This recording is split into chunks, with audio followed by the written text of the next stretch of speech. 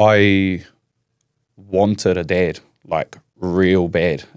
We were brought up by our old lady. Our old man took off when we were really young. I was 3, she was 2. Growing up, we did witness a bit of violence, a lot of alcohol, heaps of drugs. I think I was a pretty shit human being, man, to be perfectly honest. I was angry. There were times when I went from being bullied to being the bully. You're 35 years old. You've built and scaled an incredible building business with Sentinel Homes in Hamilton that's done over 200 mil in building work. I had no idea what I was up to. Had 6 staff, was taking on full contract builds, no contracts.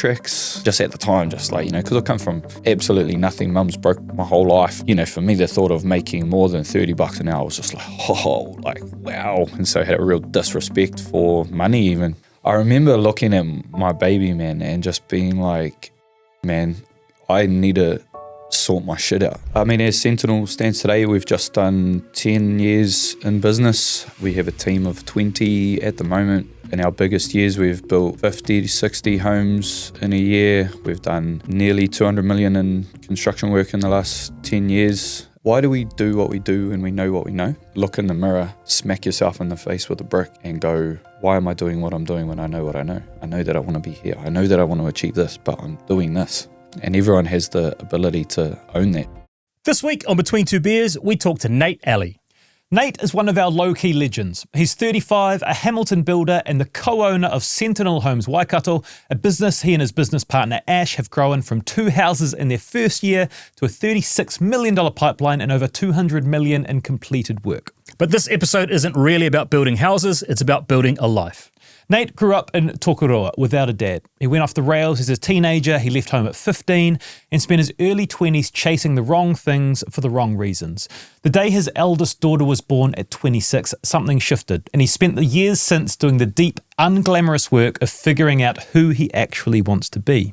He's an Ironman, a God's own competitor, a voracious reader, a recovering people pleaser, and one of the most value-driven blokes we've ever had in the studio. He's also been through a divorce, a near-business failure, and a proper burnout, and he doesn't dodge any of it. There's some difficult stuff in here that Nate has never spoken about publicly before, and we're really grateful he trusted us with his story. This is one for anyone pulling themselves out of the shit or just trying to be a better version of who they were yesterday. You're going to love it. Between Two Beers is proudly brought to you by One New Zealand. We believe that One New Zealand connects New Zealand, while Between Two Beers connects New Zealanders. And together, we are New Zealand's most trusted connection platform. Between Two Beers is also supported by TAB. Keen for more action on sport and racing? Download the TAB app or visit tab.co.nz to get your bet on. R18, bet responsibly. And we are also proud to now be dressed by Barkers. Check out their range at barkersonline.co.nz. Enjoy. Nate Alley, welcome to Between Two Beers. Happy to be here. We're very excited to have you in the One New Zealand studio this morning. I wanted to start by asking how you're feeling about being here. Oh, I'm not going to lie, man. I'm bricking it. Long-time listener. Probably just never thought I'd be in this seat. But yeah, honoured to be asked to share a yarn, and obviously had some super massive shoes to follow in behind this week in particular. So yeah, happy to be here, man, but definitely feeling pretty nervy. I saw Nate on the way here. I was grabbing a coffee beforehand and I saw the look on his face and he walked in and I said, hey, look at this guy, got the weight of the world on his shoulders right now. It wasn't the usual kind of Nate bouncing in that I might be used to, but hey, it's just 3 guys having a yarn. Yeah, man. Yeah, we're very excited to have you. You're what we describe as a low-key legend, and I want to tell the listeners how we got here. So we're all based in Hamilton and have briefly connected at a few events over the last few years. But then me and you linked up for a coffee about 6 weeks ago. And we sat down for about 90 minutes. And about halfway through, I just had this overwhelming sense that we needed to get you on the podcast. So you're 35 years old. You've built and scaled an incredible building business with Sentinel Homes in Hamilton that's done over 200 mil in building work. From everyone we've talked to, you're the most courageous, curious and caring person they know. And I think you've described it as a spicy upbringing in Tokoroa. You've been through the shit. And I just think your story is going to be so relatable for anyone who's pulling themselves out of the shit or on a journey of self-improvement. But there was a reluctance from you to come on. And that actually makes you our favourite type of guest, because there is some ugliness in your story that you haven't spoken about publicly before. And you took a few weeks to think about how you wanted to approach that and what, if anything, you wanted to say. But you are here and we're going to see how we go. But before we do get into it, can you tell us about your reservations about talking with us today? I guess for me, it's just really, being really careful to honour all of the great parts about my past, while at the same time acknowledging that parts of it were pretty tough as well. So, I grew up in Tokoroa, which has its own reputation, but all in all for me, it was an exceptional place to grow up. Like, I tell everyone it's home. I've been in Hamilton for 20 years and I'm a ambassador through and through now for sure, but Tokoroa will always be home, ukai po, like it's where I even feel home when I go home now. And saying that there are parts of it that were tough, and the parts that were tough go hand in hand with the parts that were great as well. So, as an example, me and my sister, we were brought up by our old lady. Our old man took off when we were really young. I was 3, she was 2. And our mum is an amazing person, amazing human being, but equally she was doing the best that she could with the tools that she had available. But how that landed for a young man and especially a preteen and teenager, there were just parts of it that made things pretty tough, and I've been sort of chasing my tail a little bit since then because of some of that stuff. So it's just important to me that I honour my mum especially, and that she gave me and my sister life, you know what I mean? And I would never be able to repay her for what she's done for me and my sister. But at the same time, there's an element there of things being a lot harder than they needed to be because of some of the things that were going on. So I think it's probably an important story because your story, while it is unique to you, it's probably not unique to some people that are listening to this podcast as well. Yep. And I touched on some of those C's that Stephen spoke about. Like, it is courageous to come and speak about that. But it is showing your care as well, that you are thinking about how that lands for the people around you, but also that message might help people that are listening to this at the same time. Yeah, and I think that was something that in those sort of that week or so where you'd ask me if I wanted to come on, and there was so many things going through my head, how this could go, and it was sort of, the other part is probably acknowledging that, like, I haven't been to hell and back as such. Like, I don't have a terrible background. Like, there's so many people out there with a tougher gig than what I had growing up. But when I spoke to a few people close to me, they were sort of like, yeah, but there are people that will be able to understand that part of the story, and it's probably a lot closer to home than I care to admit. Like, people are probably closer to being able to attach themselves to the same kind of yarn, small town New Zealand and that sort of stuff. So I think that's why the low-key legend part of what we do in the podcast is amazing, because we are lucky enough to have, some household names in New Zealand, but we also do profile and spotlight everyday people that have incredible stories. And in doing the research, I'm really looking forward to unpacking and seeing how you've got to where you are today. Cool. I think that framing is really good. So I would encourage now, if you're open to it, to take us into the childhood and tell us a little bit of detail about what that upbringing was like. Yeah, cool. So, like I say, from young, it was me and my sister. I talk about my sister a lot. Her and I are sort of day ones. Like, for the longest time, it's sort of been her and I against the world is how it's felt, So, yeah, born in Auckland, grew up in Tokoroa. Mum was 29 when I was born, Dad was 19, so we banter that around a little bit. Maybe Mum was getting on a bit and needed a reasonable sperm donor and she says she was looking for someone with good genes, and she said it before, and so we hit her up like, "You're actually looking for a sperm donor?" And she was like, no, I mean like Levi's, like proper good genes. We were like, yeah, okay, Mum, yeah, sure. So yeah, she was working at the rugby club in Auckland, and me and my old man, he was 19, like I say, and then along came me, and then Chels, really close after, 15 months later or something. I think the old lady was still breastfeeding me when she got pregnant with Chels or something like that. So, I don't know how things quite panned out at the time, but my old man being 19 was probably just a bit young, or that's certainly the story that we tell ourselves. But yeah, he took off quite early, and then we moved to Tokoroa, which was where Mum and her family all grew up anyway. Nana and Papa were down there, so Mum's parents.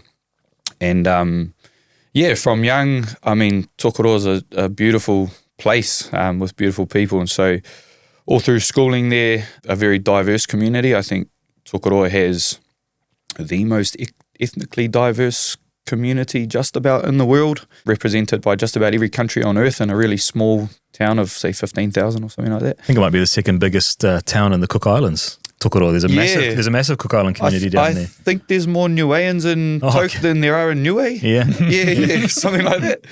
So very diverse place, a great place to grow up. Like, you know, all of my really good friends are still there, and Mum's still there. So yeah, growing up down there was probably interesting. I went to a school where I was one of the only white kids at the school, and got a bit of a hard time for that. So a bit of bullying and stuff ensued. I was a pretty happy kid. Like, I remember just being happy, keen for mischief, you know, active as, like, me and my sister were always outside playing rugby and league in the backyard. And yeah, my sort of earliest memories are of me and my sister just playing in the backyard, passing a rugby ball, passing both sides, kicking, until Chas got better than me at rugby. And then, yeah, I wasn't so keen to play in the backyard then. She was like steamrolling me. And yeah, I think for me, there's a few phases I can sort of remember as a young fella growing up, like, say, pretty happy kid. And then I guess I started kind of, I don't know what the word would be, probably like mourning a little bit, like noticing, you know, when rugby on the weekends, for example, other kids, you know, my friends' dads on the sideline every time. If we were going traveling, we'd be going with my friends' dads and that sort of stuff. And I remember just kind of always being quite envious of that, and but talking myself through it too, just so that that's what it is. And I've got my mum and I've got my nana and papa. I attached myself hard to my papa. Beautiful man that he was. He was really active with me and my sister, so rugby trainings, athletics trainings, all that sort of stuff. Did you have any interaction with your dad? Did he ever come down and visit, or once he was absent, was he absent? He was, yeah, he'd moved to Australia, so he went over there. He's been over there for as long as I can remember now. I would talk to him on the phone. I wouldn't know exactly, but once every 6 months, something like that. And even then, it was with the old lady listening on the other line. You know, the old landlines where two phones in the house. And party lines. Yeah, and then he might have come here once in a blue moon. And then we went to Australia a couple of times because my granddad had flown us over there, and my uncle and auntie took us to Australia. So saw him a little bit, like maybe between, I don't remember the early stuff, but maybe between 8 and 13, maybe once a year, might have seen him. And interestingly for me, like, I wanted a dad, like, real bad. It's when I reflect on it now, it's real crazy, because I just think if you break it down logically, it's like some of the stuff just doesn't make sense. And you know, to the point where I've done some work with a coach recently around, you know, why am I doing this? Like, why is this so baked into me? Why am I chasing after this, or whatever it might be? She did a visualization exercise with me. It's like, you know, close your eyes and ask me this real loaded up question, like a real emotionally charged question. And here I am later in life thinking that I've, you know, shaken most of that stuff and worked my way through it. And I just went, fuck. And it was, I was an 8-year-old kid on the rugby field in Tokoroa looking around for my dad. You know, it's just crazy, man. Like and it's, yeah, it's built a lot of why I do what I do now, certainly in the way that I parent and stuff like that. But through that period, I just know that as time went on, I started just getting, you know, like I said before, early on it was mourning, it was like sadness, and it turned into, I feel like it was like a really long grief cycle. And, you know, with the grief cycle comes anger. And as I started hitting 12, 13, I just started getting real angry, like just being like, this is unfair, felt like a real victim, like, fuck, why am I the guy that doesn't have the dad, and all those sorts of things. So, and how that played out for me as a young man was just, I call it like the autopilot years of my life, where reflecting on it, I never quite know what my decision-making processes were. They were more or less non-existent, which I think is pretty typical for, pubescent boys. Does that show up as like going and drinking, trying drugs? 100%. Like that sort of stuff? Yeah. So, just thinking about it now, you're just like wildly dumb shit, like smoking pot at school, drinking heaps, jumping out the window, going and drinking with the 7th formers when I was 3rd form.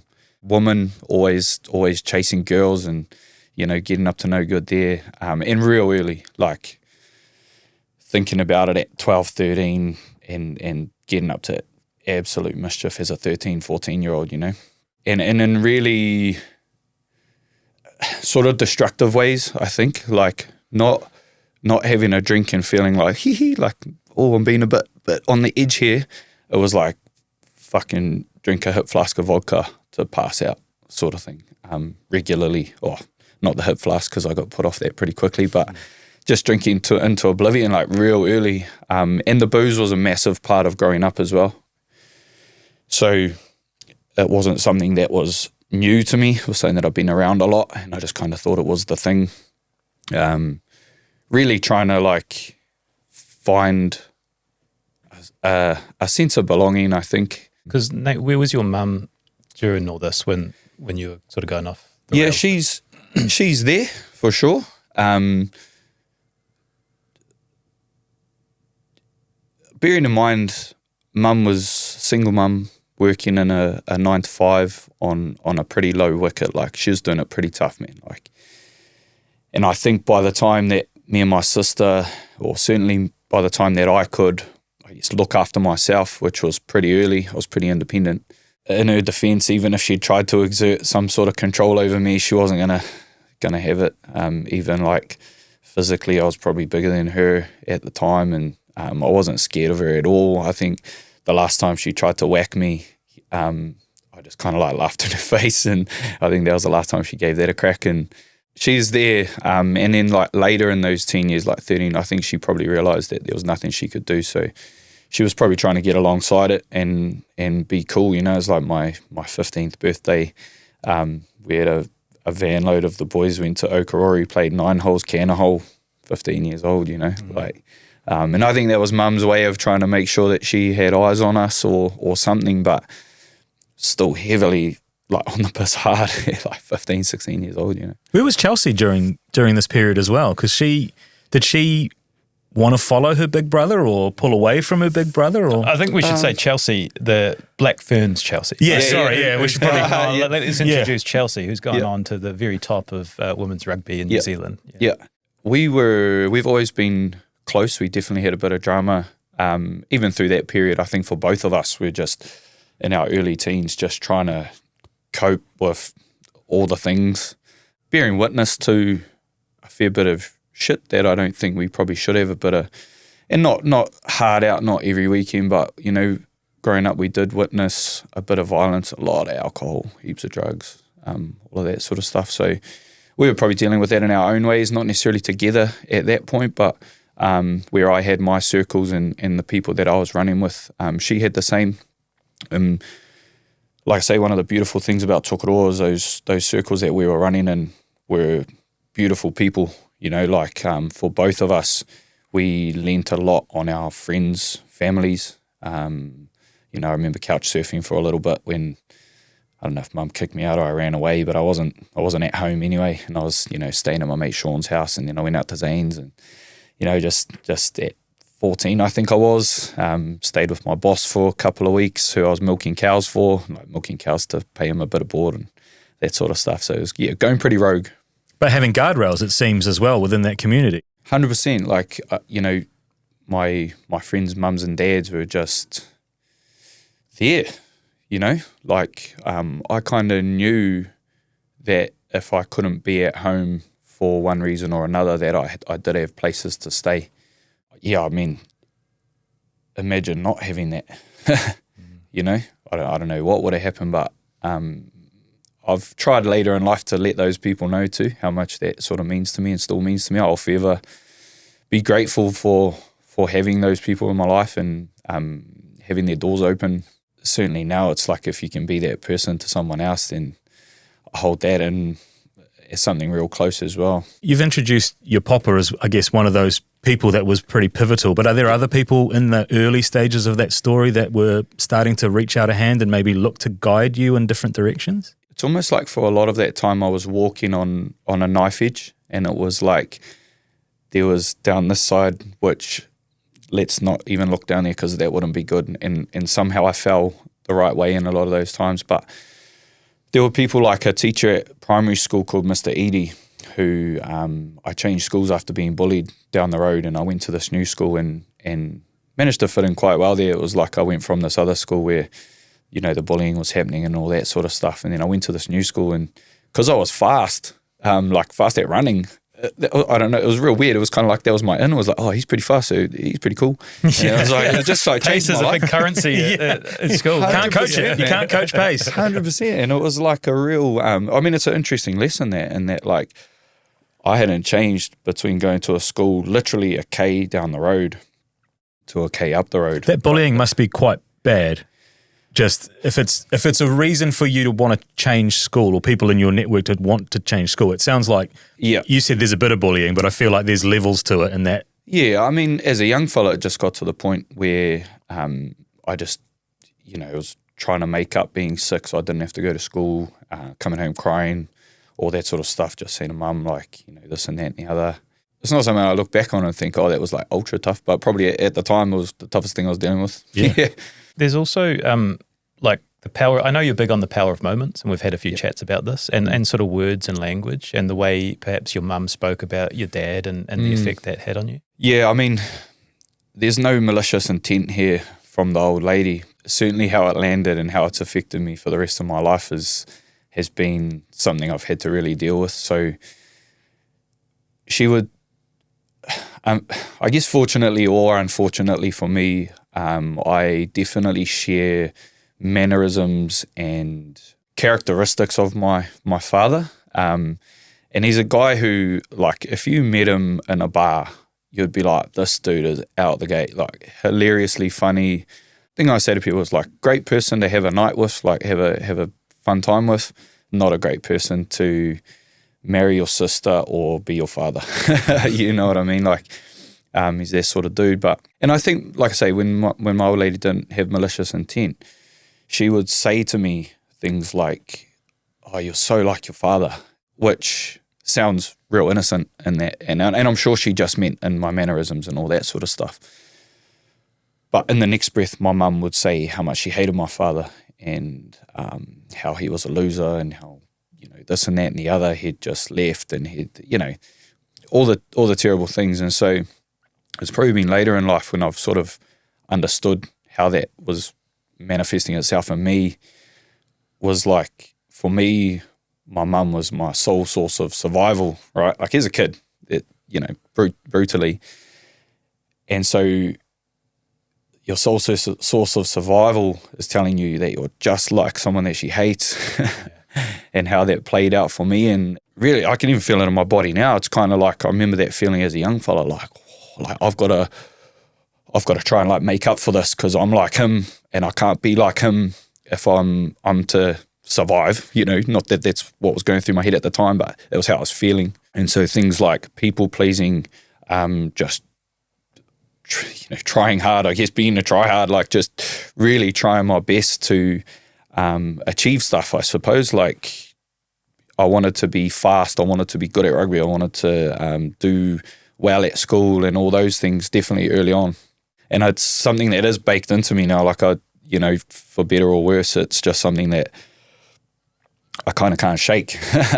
Take us through the sort of the growing up. So 10 and 11, you start to go on sort of autopilot. Yeah. And is that a fair description of kind of like what those next years look like? Yeah, and this is a part of my life, like, and it's a good 10 years, man, to be honest. Like it's from 10, 11, 12 through to my early 20s where, again, I don't know how I was making decisions, why I was making decisions, but I was, I think I was a pretty shit human being, man, to be perfectly honest. Like I was angry, you know, there were times when I went from being bullied to being the bully, you know, like, fuck, what a dick, you know, and just not a nice person, man. Like, in all honesty, it was just, I was really shit to certain people. Still,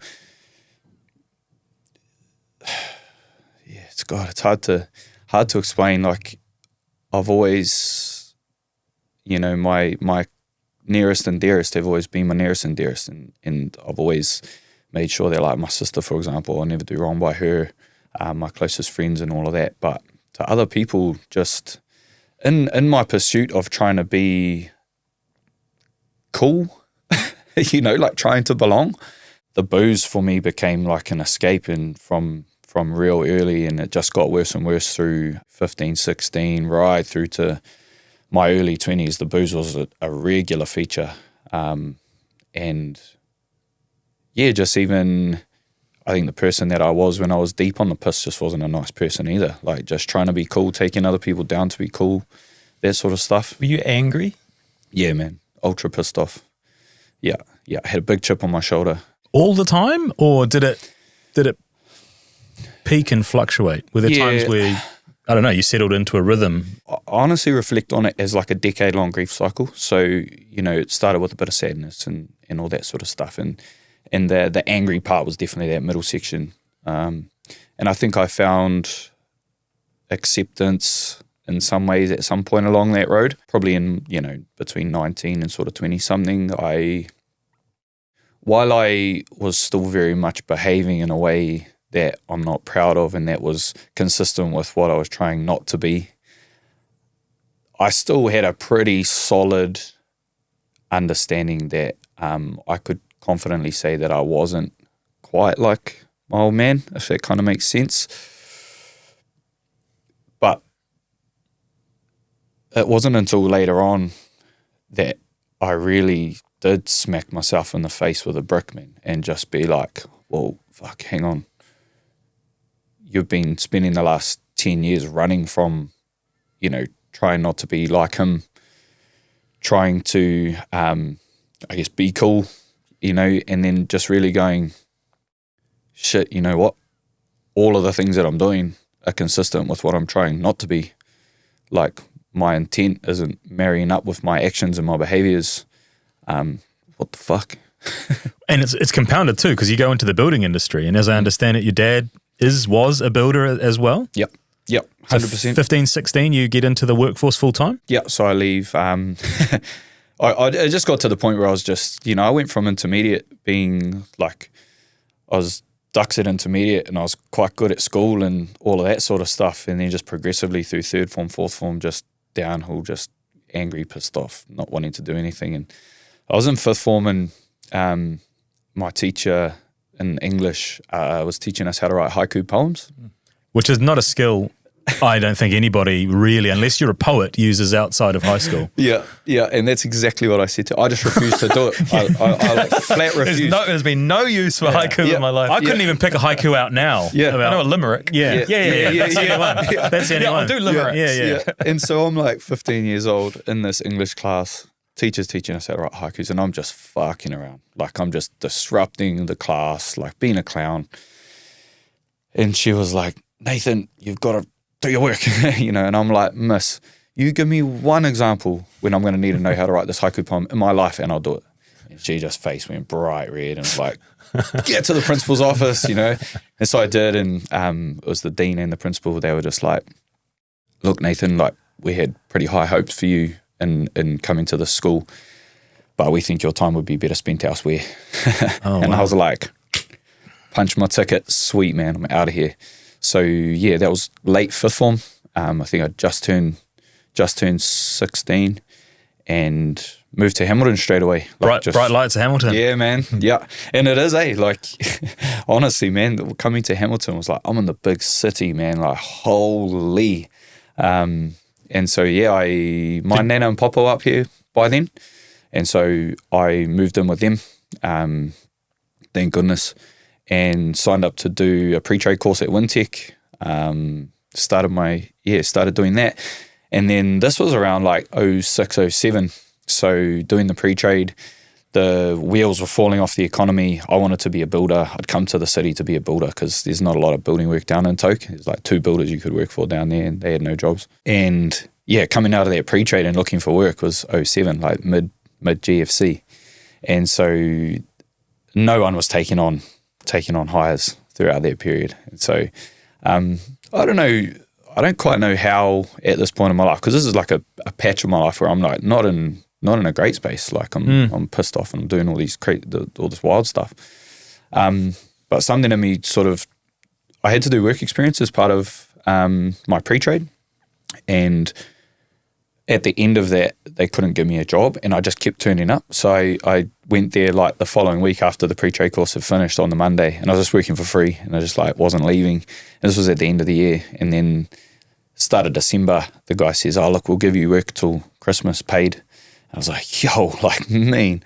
And then just never left. They ended up saying, "I'll come back after Christmas." So I was just like, went full noise, and yeah, managed to start my apprenticeship there. Is that someone within or on that first site taking you under their wing and maybe seeing a kid that needs a little bit of a hand up maybe? Yeah, man, 100%. So my foreman, his name's Kelly Leith, to this day, one of the legends of my life. Like he's from small town, he's from Rotorua, started building when he was 15. I think he saw a lot of himself in me, and so he really took me under his wing, and he was my foreman, so he wasn't the guy who made the decisions about hiring and stuff, but I know he was a massive advocate for me, which, you know, if I hadn't had him there, where would that have landed? You know, it's one of those knife edge ones, yo, geez, and he took me under his wing in a lot more ways than just teaching me building, you know, like he really, you know, he'd invite me to his house on Fridays after work, and his mates that were in their 40s and like engineers and stuff, I started getting exposed to a whole new world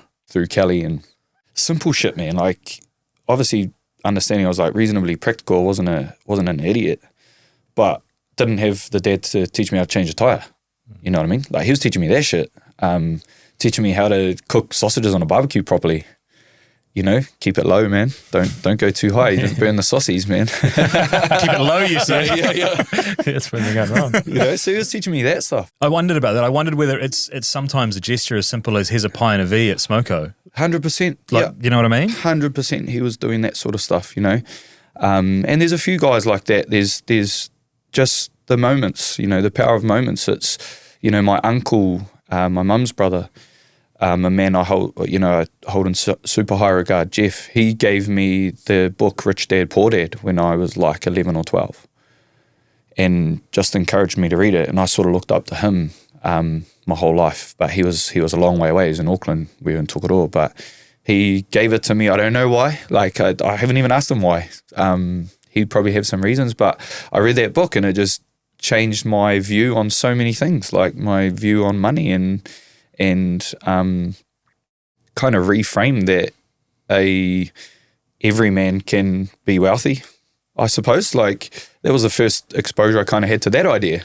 It was kind of like at 12? 12, 13, yeah. I read the book. And did you start hustling after you had read that? And like a little bit, man. Yeah. Like you know, there's the teacher I said, Mr. Edie, before. Like my nana made some Russian fudge one year for Christmas to give to my teachers, right? So I gave Mr. Edie some fudge, and he was like, "This is really good."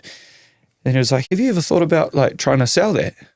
And I was like, "What do you mean?" He was like, you could make that and go around the neighborhood selling it and like make a business." And I was like, "No shit." And I did.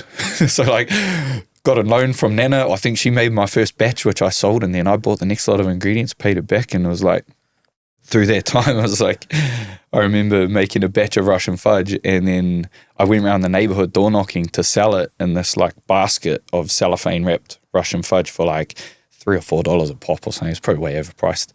But I sold it all out, and I worked it out that I'd made $20 in half an hour.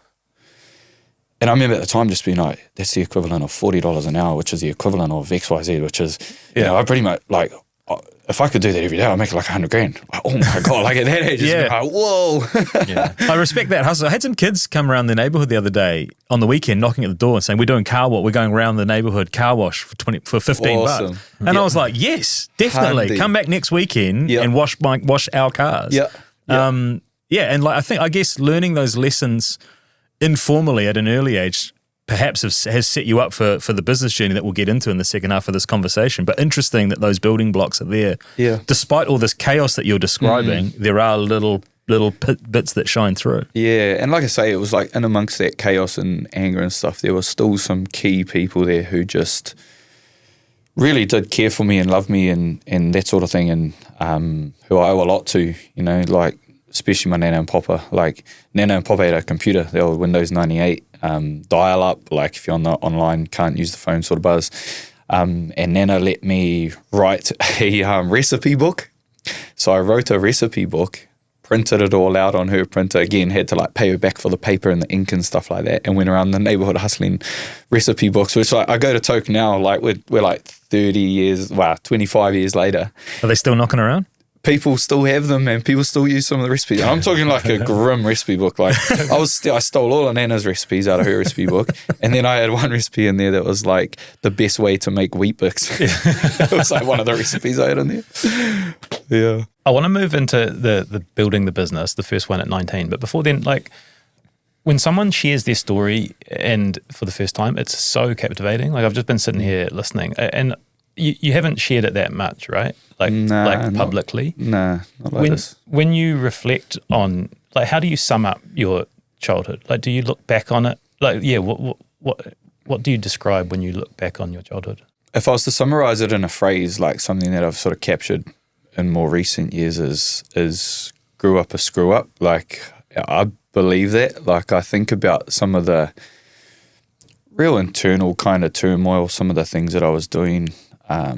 You know, even when I started driving, some of the things that I was doing when I was driving, I got a motorbike real young, just like doing shit that I'm just like far out. Like I was trying to get hurt. Like it wasn't good. But in saying that, it wasn't out of control. Like, you know, I was never subject to like abuse or like anything like that. So I'm like real like disclaimer, like it wasn't that bad. It was like internally it was bad, but it wasn't like I was getting a hard time from anyone or that sort of thing. I was just dealing with what I was dealing with. And like I say, to like the community of people that I had around, like my good friends, my friends' parents, a couple of key teachers, you know, there was Mr. Edwards and Mrs. Long at intermediate, who I got them back to back in those 11 and 12 years, who, I don't know, just again, one of those knife edges where I'm like, man, I was so lucky to have those people at that time. You were dealing what you were dealing with, but without the tools to deal with them, right? 100%, Which, yeah. as we build in the second half, we're going to talk about you sort of step into the leadership and helping others, which makes you so perfectly placed, because you can see how hard it is when you're trying to navigate this confusing world and you've got no perspective. Yeah. But so take us to 19, because this is the first sort of business you build, which gets you into a bit of trouble, and I think there's ego involved, and what's happened here? I started my apprenticeship at sort of 16. I got it done inside like 2.5 years. Like I was just hustling again. Like what's a normal time frame? 4 years is a normal kind of apprenticeship, especially for young guys. Like you see adults do it quickly with transferable skills and stuff, but I just went hard. Like, and I had Kelly. Like Kelly was just, to this day, is the best carpenter I've ever met. I don't know how I was lucky enough to get put on a site with him, but I was, and he taught me everything I know about building.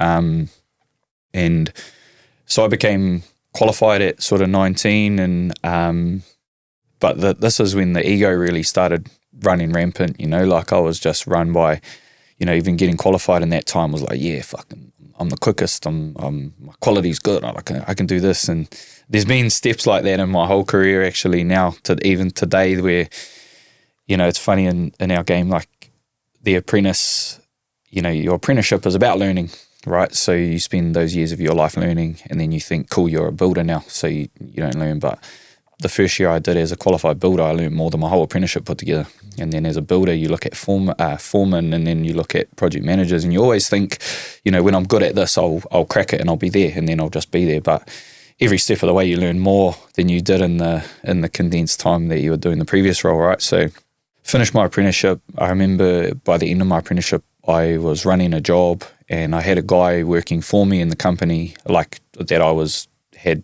under me, I suppose, when we were running this job, and he was being paid more than me. And I went to see my boss and said, look, man, I'm qualified now, and I know you've given me a pay rise. I think it was on like 19 or 20 bucks an hour as a qualified carpenter.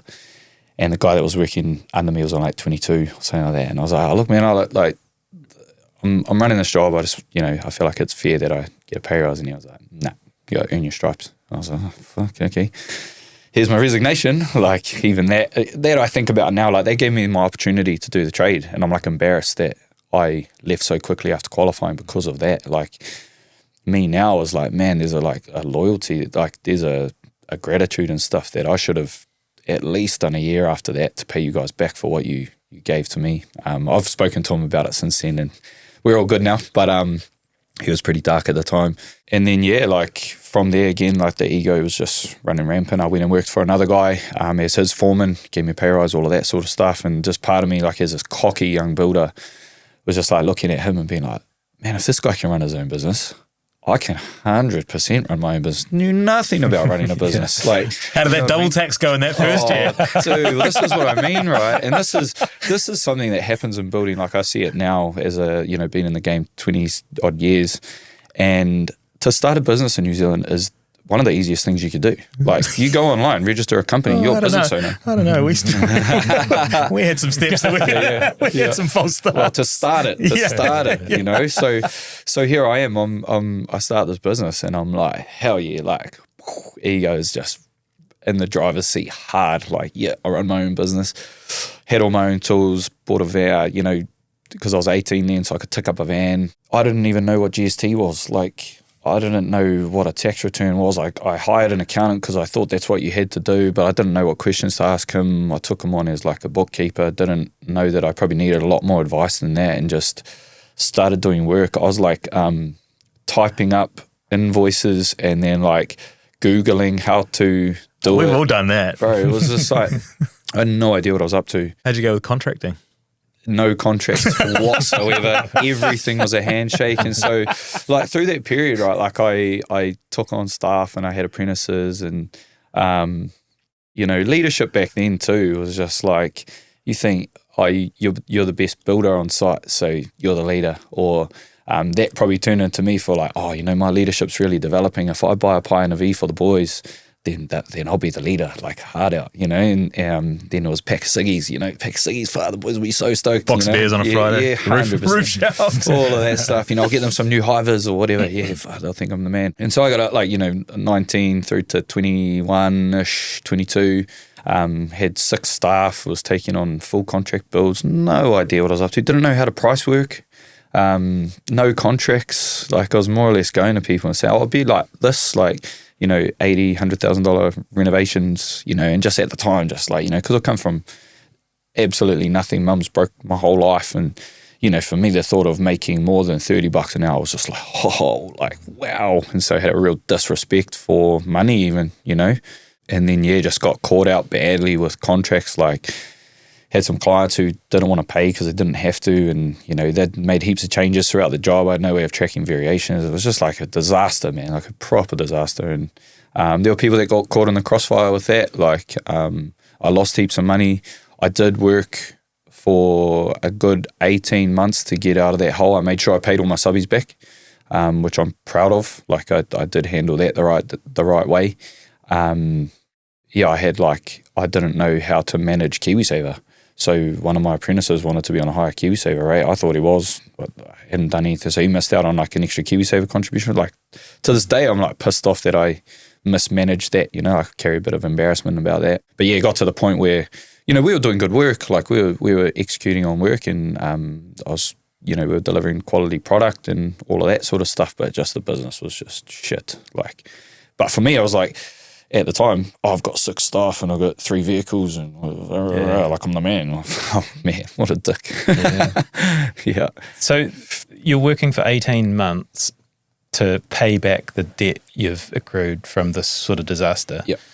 And then how does that lead into going again? Like, you get out of debt, you get your head above, and then you think, from the lessons I've learned, I'm actually in a place to go again? I learned all the lessons for sure. Like, it was like, holy, like, how did this get so bad? And like, I owe this plasterer $8,000 and I owe this electrician this much. And it was like talking to them and just being like, I don't have the money, but I'm going to get it to you, sort of thing. And, you know, they held on and I managed to pay them back. But through that time, just like I did kind of reset, like it was a big smash to the ego, you know, massive smash to the ego. It was like, fuck, you're not as cool as you think you are.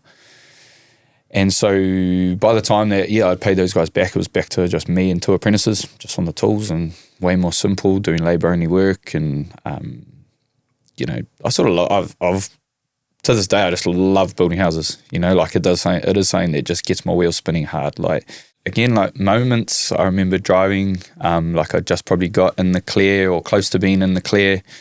I was driving from Hamilton to Tokoroa one day I was at the Tito roundabout, you know, the big old roundabout, turn off to Rotorua or Tokoroa.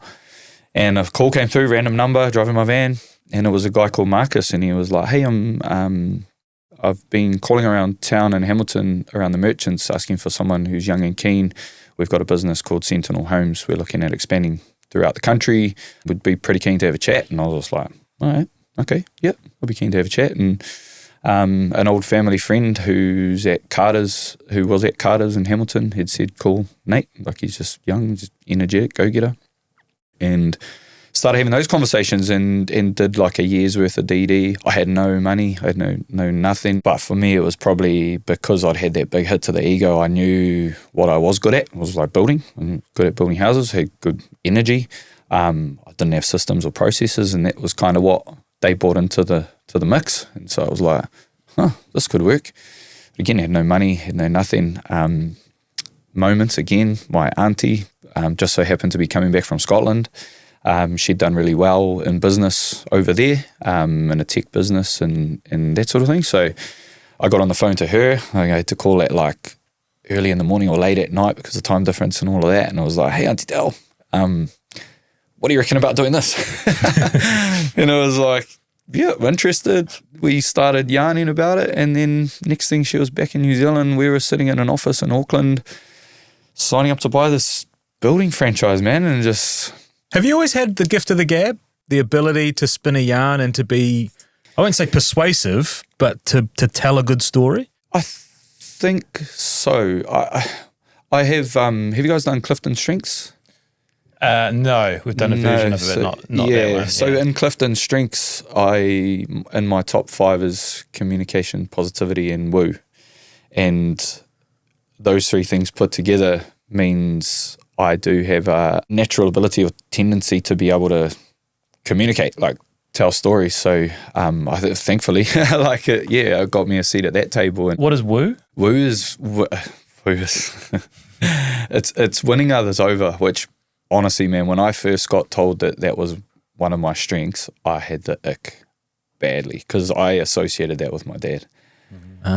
Yeah, I was like, when I saw it and I read it and I was just like, that is my dad. Like I say, like meet my dad in a pub and on one night you would just think he was like hilarious, like crack up. You know, yeah, people say to me, oh, your dad's so crack up. And I'm like, he's a fucking dick. But you know, I got the ick hard out with that, like just like, ugh, like I felt real bad about it. But yeah, in terms of being able to tell a story, I suppose I could. Yeah, and I think being in Tokoroa is a big part of that. Like I can slang and bang with the lads. I can talk at a board table. Spinning yarn to you guys here. I spoke to your coach Rhonda, who we're going to introduce a little bit later, but she said your woo was your highest out of the Clifton Strengths, and it made me reflect on our coffee. Like the kind of the reason you're here is like I thought we got on really well. I really enjoyed that conversation, and in it we spoke about some books we were both reading, and then afterwards. The next morning I came to work and the 2 books we discussed were on the doorstep of the office with a little note. And I was like, holy shit, man, like what a move. But like not in a way that you're trying to win me over or anything. Like that is genuinely like, because I'd spoke to other people and they say, yeah, like he does that to everyone. It's like that, you know, he's just moments, right? And the funny thing with that is, and like part of why I got the ick with that, if you read like the description of what woo is in the thing, it's a real like, and bear in mind, this is putting people in boxes, you know what I mean, the strengths thing. So it's like in a room full of people, you'll go and meet one and have a great yarn with them, and then you'll move on to the next one and da-da-da-da. And I'm like, I don't really connect with that. Like, and I don't know if Ash might have said this, but number 6 in my strengths is a strength called relator. So I value deep connections with people as well. And so I always make sure that woo for me is not turned up too loud and that the relator is existent. And to me, I feel more connected to the relator. The woo is like a tendency or like a natural skill. But the relator to me is like as important. So I don't drop off books because I want to win you over. It's like I drop off the books because I'm like, man, Steve's a GC and we talked about these books and like, it'd be mean if he got amongst these. Yeah. You know? Yeah. And it's the authenticity of it that makes it pop. And we've jumped some steps into learning to understand who you are. So let's pull back into Sentinel because you're at the ground level. So I want to go back to front with Sentinel. So I want you to take us to current day. So 10 years down the track, like what's the size of the operation, and then go back to kind of like how you built it to where it is. I mean, as Sentinel stands today, we've just done 10 years in business. We have a team of 20 at the moment. When we were really busy through 2021, we were about 30 staff. In our biggest years, we've built 50 to 60 homes in a year. We've done nearly 200 million in construction work in the last 10 years. What's the pipeline looking like? Pipeline's pretty good. Like the last 5 years, man, has just been a disaster, to be honest. Like COVID, recession, we've now got fuel, like all of these things happening, which it's funny because I often joke with the Sentinel group and say, like, if I knew then what I know now, would I have been so keen to jump in? And it's like, I don't know. But where it's been a roller coaster. And something I've attached to the last few years is like smooth seas never made a skilled sailor, right? So it's like all of those hard things just make the wins a bit sweeter when we do get them. So yeah, we started, again, Stu, who's the owner of Sentinel, I think he probably saw a little bit of himself in me as well as a young fella. Like I'm 22, I think, when I first met him, wanting to buy a group builders franchise with no money. Having had a business failure, would you call it? Well, or business lesson? Business lesson for sure. Like, was it a failure? I'd say yeah. But if I hadn't had that happen, I wouldn't have been well placed to start in the rough this seas business, right? Yeah, exactly. So I knew the importance of the system. So I suddenly had a respect for contracts. I knew that leadership was more than a pie and a V, and that business was something that I could learn without needing to go to university, or I had access to things that I could learn throughout that process. So it literally started.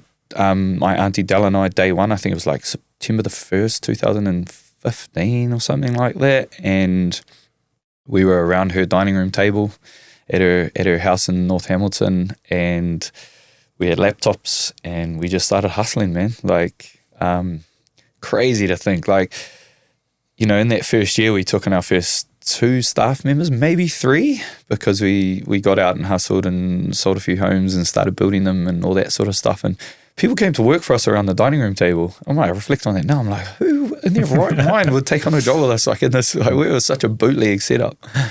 But they did, and look, timing wise too, 2015 through to 2019, 2020 was pretty good, like steady growth and all of that sort of stuff. We did kind of use that time to get established in some way, shape or form. We still had a long way to go. And then, you know, COVID times happened, right? It was just like, oh man, it's just a crazy time. And can we just pause before we get to the rough COVID times? Because you strike me as a guy, energetic, wants to get things going. So when you get into Sentinel, I imagine, tell me if I'm wrong, your first instinct is to rip in and start building as quickly as you can. But listening to you, you've also having to understand the processes and work within the guidelines. So is that a tension within you to try and slow yourself down? Yeah, for sure. And I guess remembering too that my ego had just been smashed to bits, you know, and so that hurt, and like the ego still was there. So for me, I had something to prove. I was like, I gotta make this work come hell or high water. Like I got something to prove. And so, you know, in between those first 5 years, I mean, you know, in that period of that first 5 years, my daughter was born in 2017. You know, I don't really glaze over that period. Like I reached full burnout too during that time. Like I was working so hard because I thought that, you know, the story that I told myself was that my superpower, if I was going to be young and coming into this industry of kind of old dogs, for want of a better term, I needed to have a superpower, and it wasn't going to be that I was the most experienced business person. It wasn't going to be anything like that. But I was like, in my head, I was like, if I can work harder than anyone else in the industry, then that'll be my superpower. And so I did. Like, I got to the point where, but again, like this was driven by my ego. You know, it was like I wanted to be the best because I wanted to be the man. You know, but you know, working till 1, 2, 3, sometimes 4 o'clock in the morning, going from an office that we had on Te Rapa Strait, and going home via the Pukete McDonald's and getting a quarter pounder at like 2, 3, 4 in the morning. Getting home, alarm goes off at 5:45.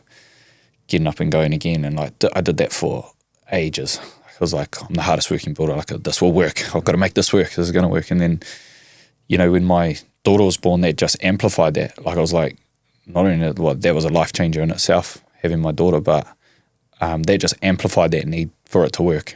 And I'd had a failed business, and now I had something to, you know, there was so much more reason for it to work. Like it had to work. It wasn't just me that was going to be impacted if I didn't make it work. Were you happy at those stages? I think I saw a path to happiness if I was successful. Yeah.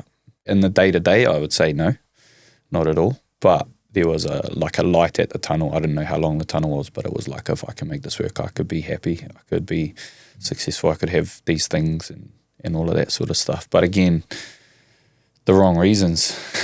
You know what I mean? It was the material things. Like I wanted to make heaps of money. Like I wanted to have the boat or the truck or the whatever. You know, it wasn't trying to chase a version of myself that I was proud of or could be happy with. I was trying to chase these material things so that I could be the man. So what changed? So you do 3 or 4 years of living like this, and then how did you grow out of it? Yeah, man. So, Jesus. Again, because there'll be people that are living this right now, that are listening and living this right now. Yeah. I honestly, so I got to listen to your episode with Susan Hassel, not that long ago. And it was real interesting, and it made me reflect on, I was driving down River Road, and she talked about being at a principals conference, I think, and the question was asked to them about when they went from being a boy to being a man. And I was literally just driving along River Road, and then I just started like, I probably didn't hear much more of what was happening in the podcast because I was so in my head.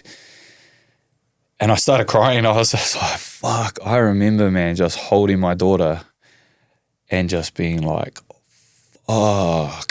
Like, oh my God, this is what is going on here? And up until that point, you know, going back to my relationship with my dad, I'd probably defended him in some ways. Like I talked before about he was young when I was born and this and that. I made excuses for him and sort of, you know, because he didn't show up at all, given opportunities throughout my life. But I still wanted a dad. I still tried to foster a relationship there and wanted all these things. And then my daughter was born, man, and I just remember holding her. I was crying my eyes out when I first held her. My sister was there. I just hugged her and I was just like, oh my God, like, and all these things. And I remember looking at my baby, man, and just being like, how in the world could a father not want to be with their daughter or their child every day, you know?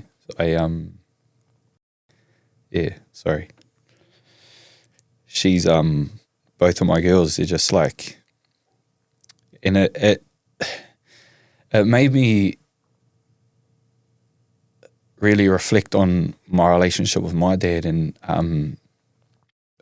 from that day, I didn't speak to him. I didn't speak to him for 5 years. After that, I couldn't bring myself to even hear his voice. I was just so gobsmacked, really, like around, this, like I had this girl that I had Haiti in my arms, man, and I was just like, fuck, and like, this is mine. Like, I'm like holy, I couldn't believe how lucky I was. I couldn't believe all these things. And I just remember being like, fuck, man, I need to sort my shit out. Like, really went inward and was just like, fuck, if I'm going to be this girl's father, I'm going to be her father.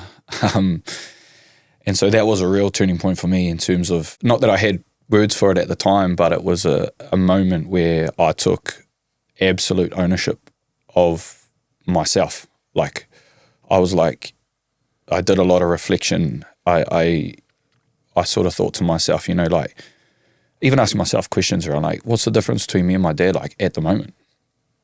And it was like, I'm a builder. I've been a bit of a shit guy.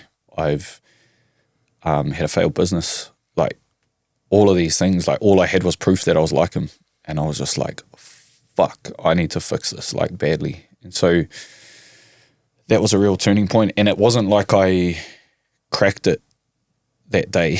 Like, what that actually turned into was a need and a drive and a, like, I got something to fucking work for now. I gotta double down. I gotta smash this.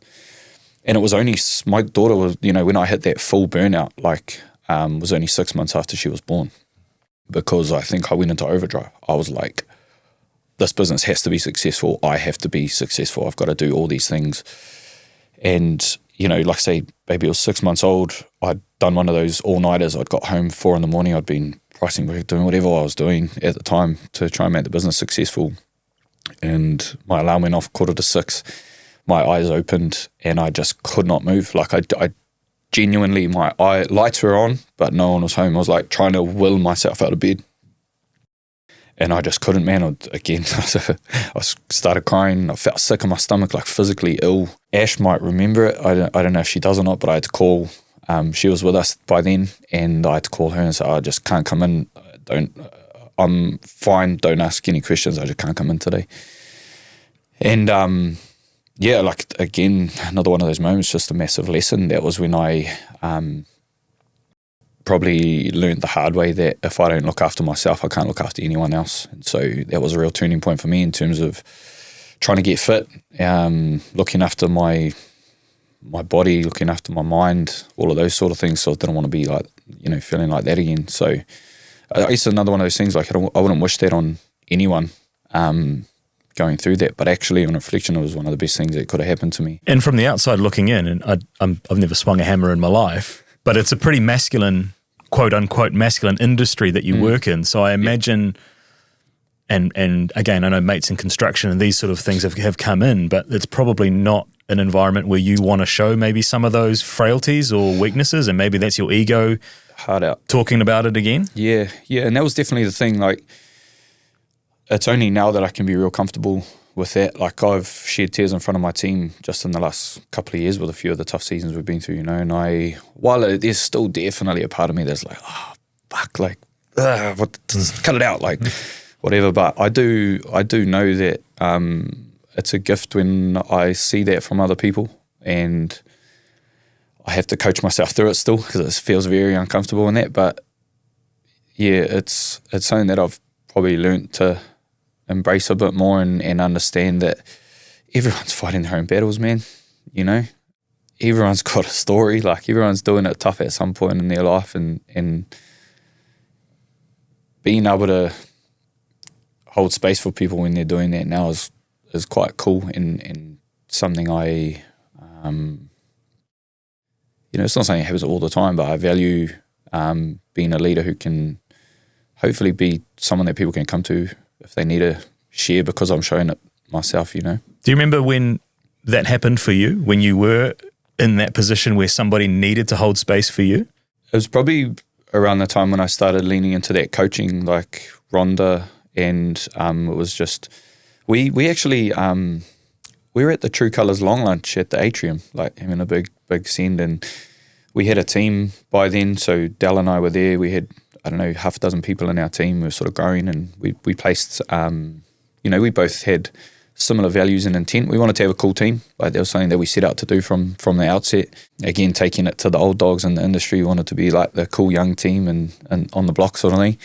And this voucher came up on like a silent auction for, I think it was called Kia Puawai at the time, which was Rhonda's business. And we didn't know Rhonda, didn't know anything, but we bought this voucher like in a silent auction. And that was when we got introduced to Rhonda.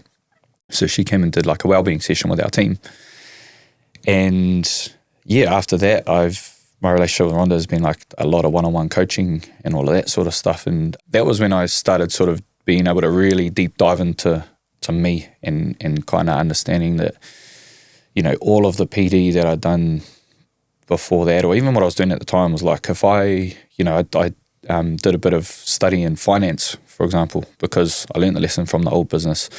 I knew that if I was going to run a serious business now, I needed to understand finance. So I did like some finance PD. I discovered that leadership was something that I could learn, right? So reading books like Legacy by James Kerr, Belonging by Owen Eastwood, like, you know, all of these kind of resources that I could look at. But it wasn't until I started getting into myself and like understanding why I was ticking the way that I was ticking that I was like, man, this is the PD amplified, you know?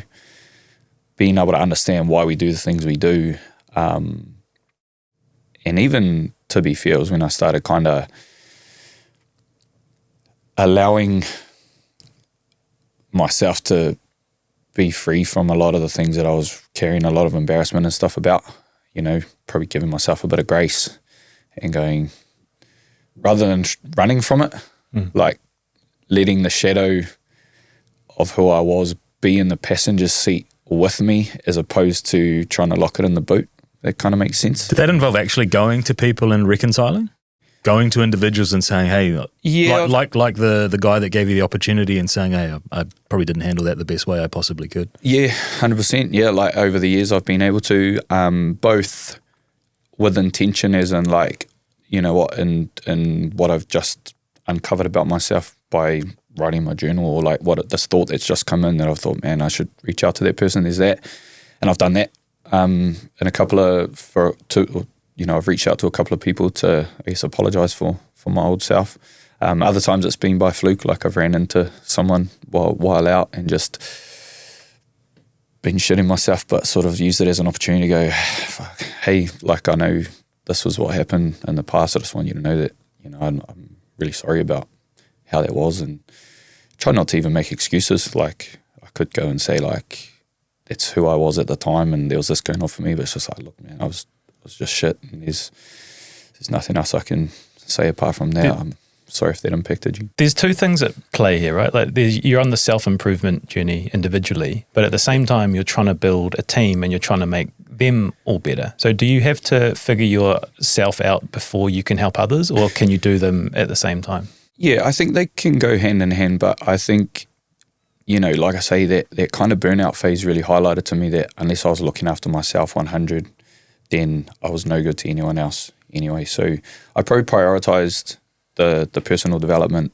for myself, but in doing so, I think that enabled me to be a better leader by default, like without doing any hard out PD and leadership as such, just showing up, being a better person, being more mindful, being more present, all of those sort of things all play into leadership. Making some real conscious decisions around how we lead, understanding too that we were building the plane as we were flying it. I was a shit leader for sure in those early days. There are things that I reflect on now and I'm like, God, why did I say that in that team meeting? Or why did I handle that way? Or to be honest, a lot of it was, why did I not have that conversation?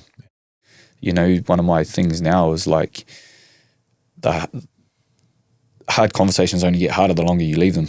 So I'm like, they're still hard and I still have a hesitation. There's still something there that there's a bit of thing, but you got to have the hard conversations early. And I let a lot of things slide early on that I'm not proud of, and they snowballed into other things. And yeah, I'd say that first 4 or 5 years in business, we learned heaps. We had quite a bit of turnover.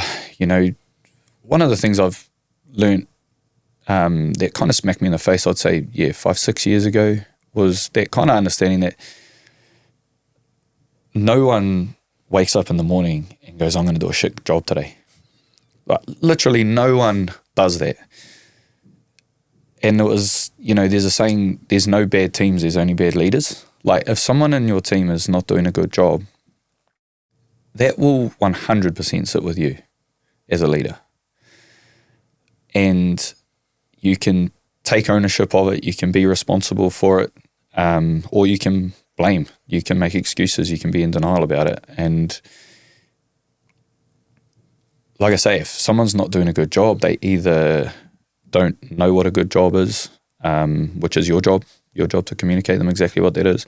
They aren't motivated to do a good job. So why aren't they motivated to do a good job? They haven't bought into what you're trying to achieve. They don't know what the vision is. They don't know what's in it for them. You know, what things can you do as a leader in that space to help them do it?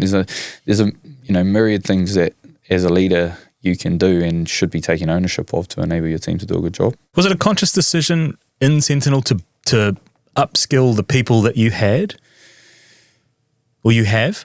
Yeah, like there's that other saying, like, you know, what happens if I invest all this money in my people and they go, you know? But you go, well, what happens if I don't invest in them and they stay?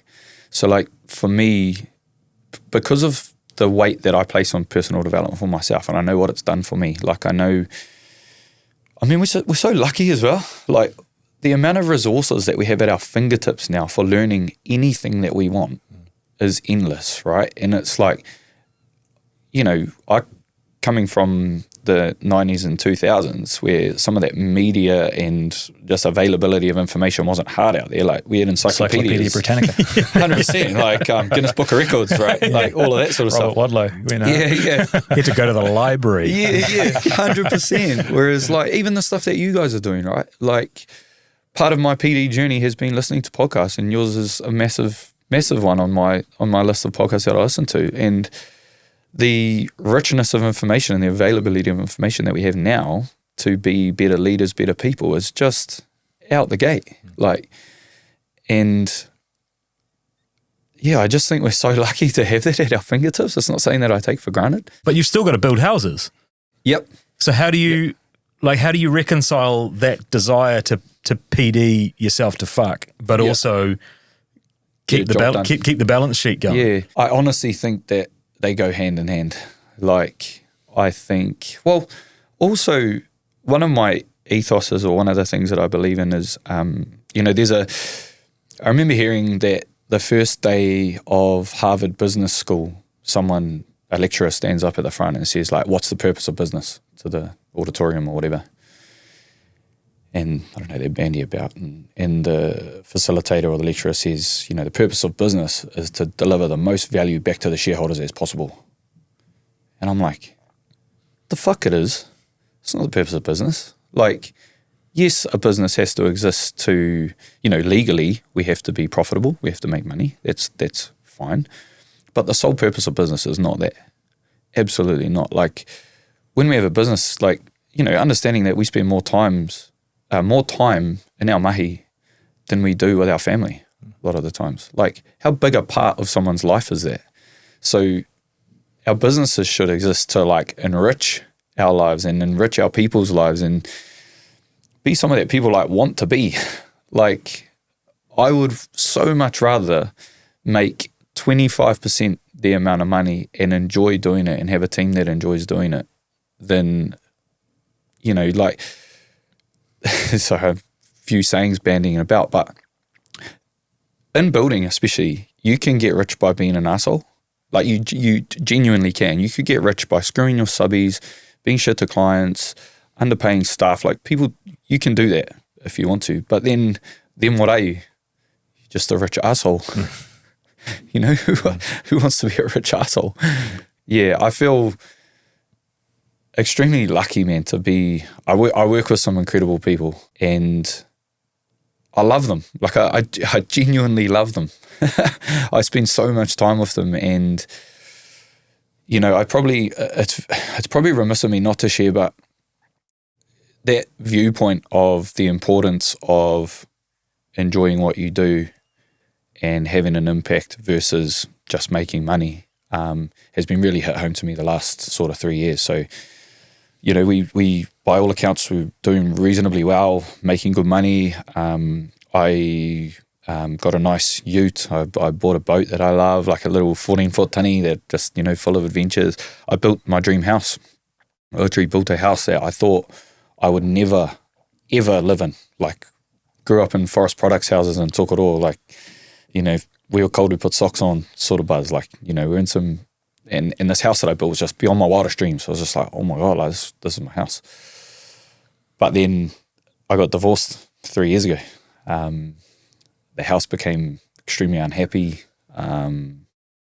Sold the house, well, lost the house for want of a better term. But, you know, that kind of just reinforced to me how important, you know, it's all good and well having the massive house and having all the things, but if you don't have the people to share it with, well, it doesn't mean shit.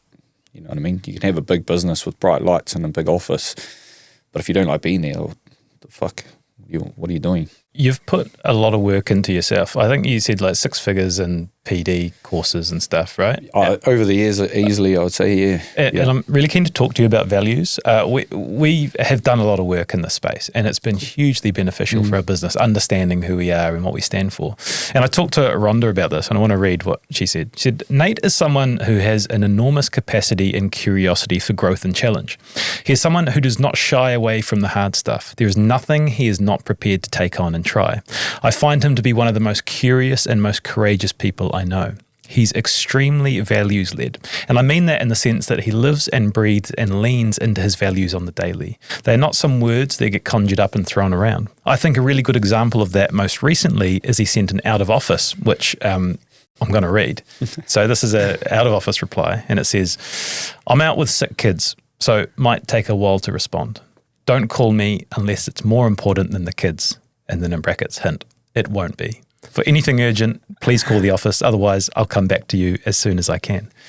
And I seen that on your LinkedIn, and I seen the sort of the viral response to it, which is an example, I'm assuming, of your values. So I'm hoping you can talk to that, and then what your values are and how you sort of found them. So it's so interesting, like hearing Rhonda say that. It feels like she's talking about someone else, which is really, really weird.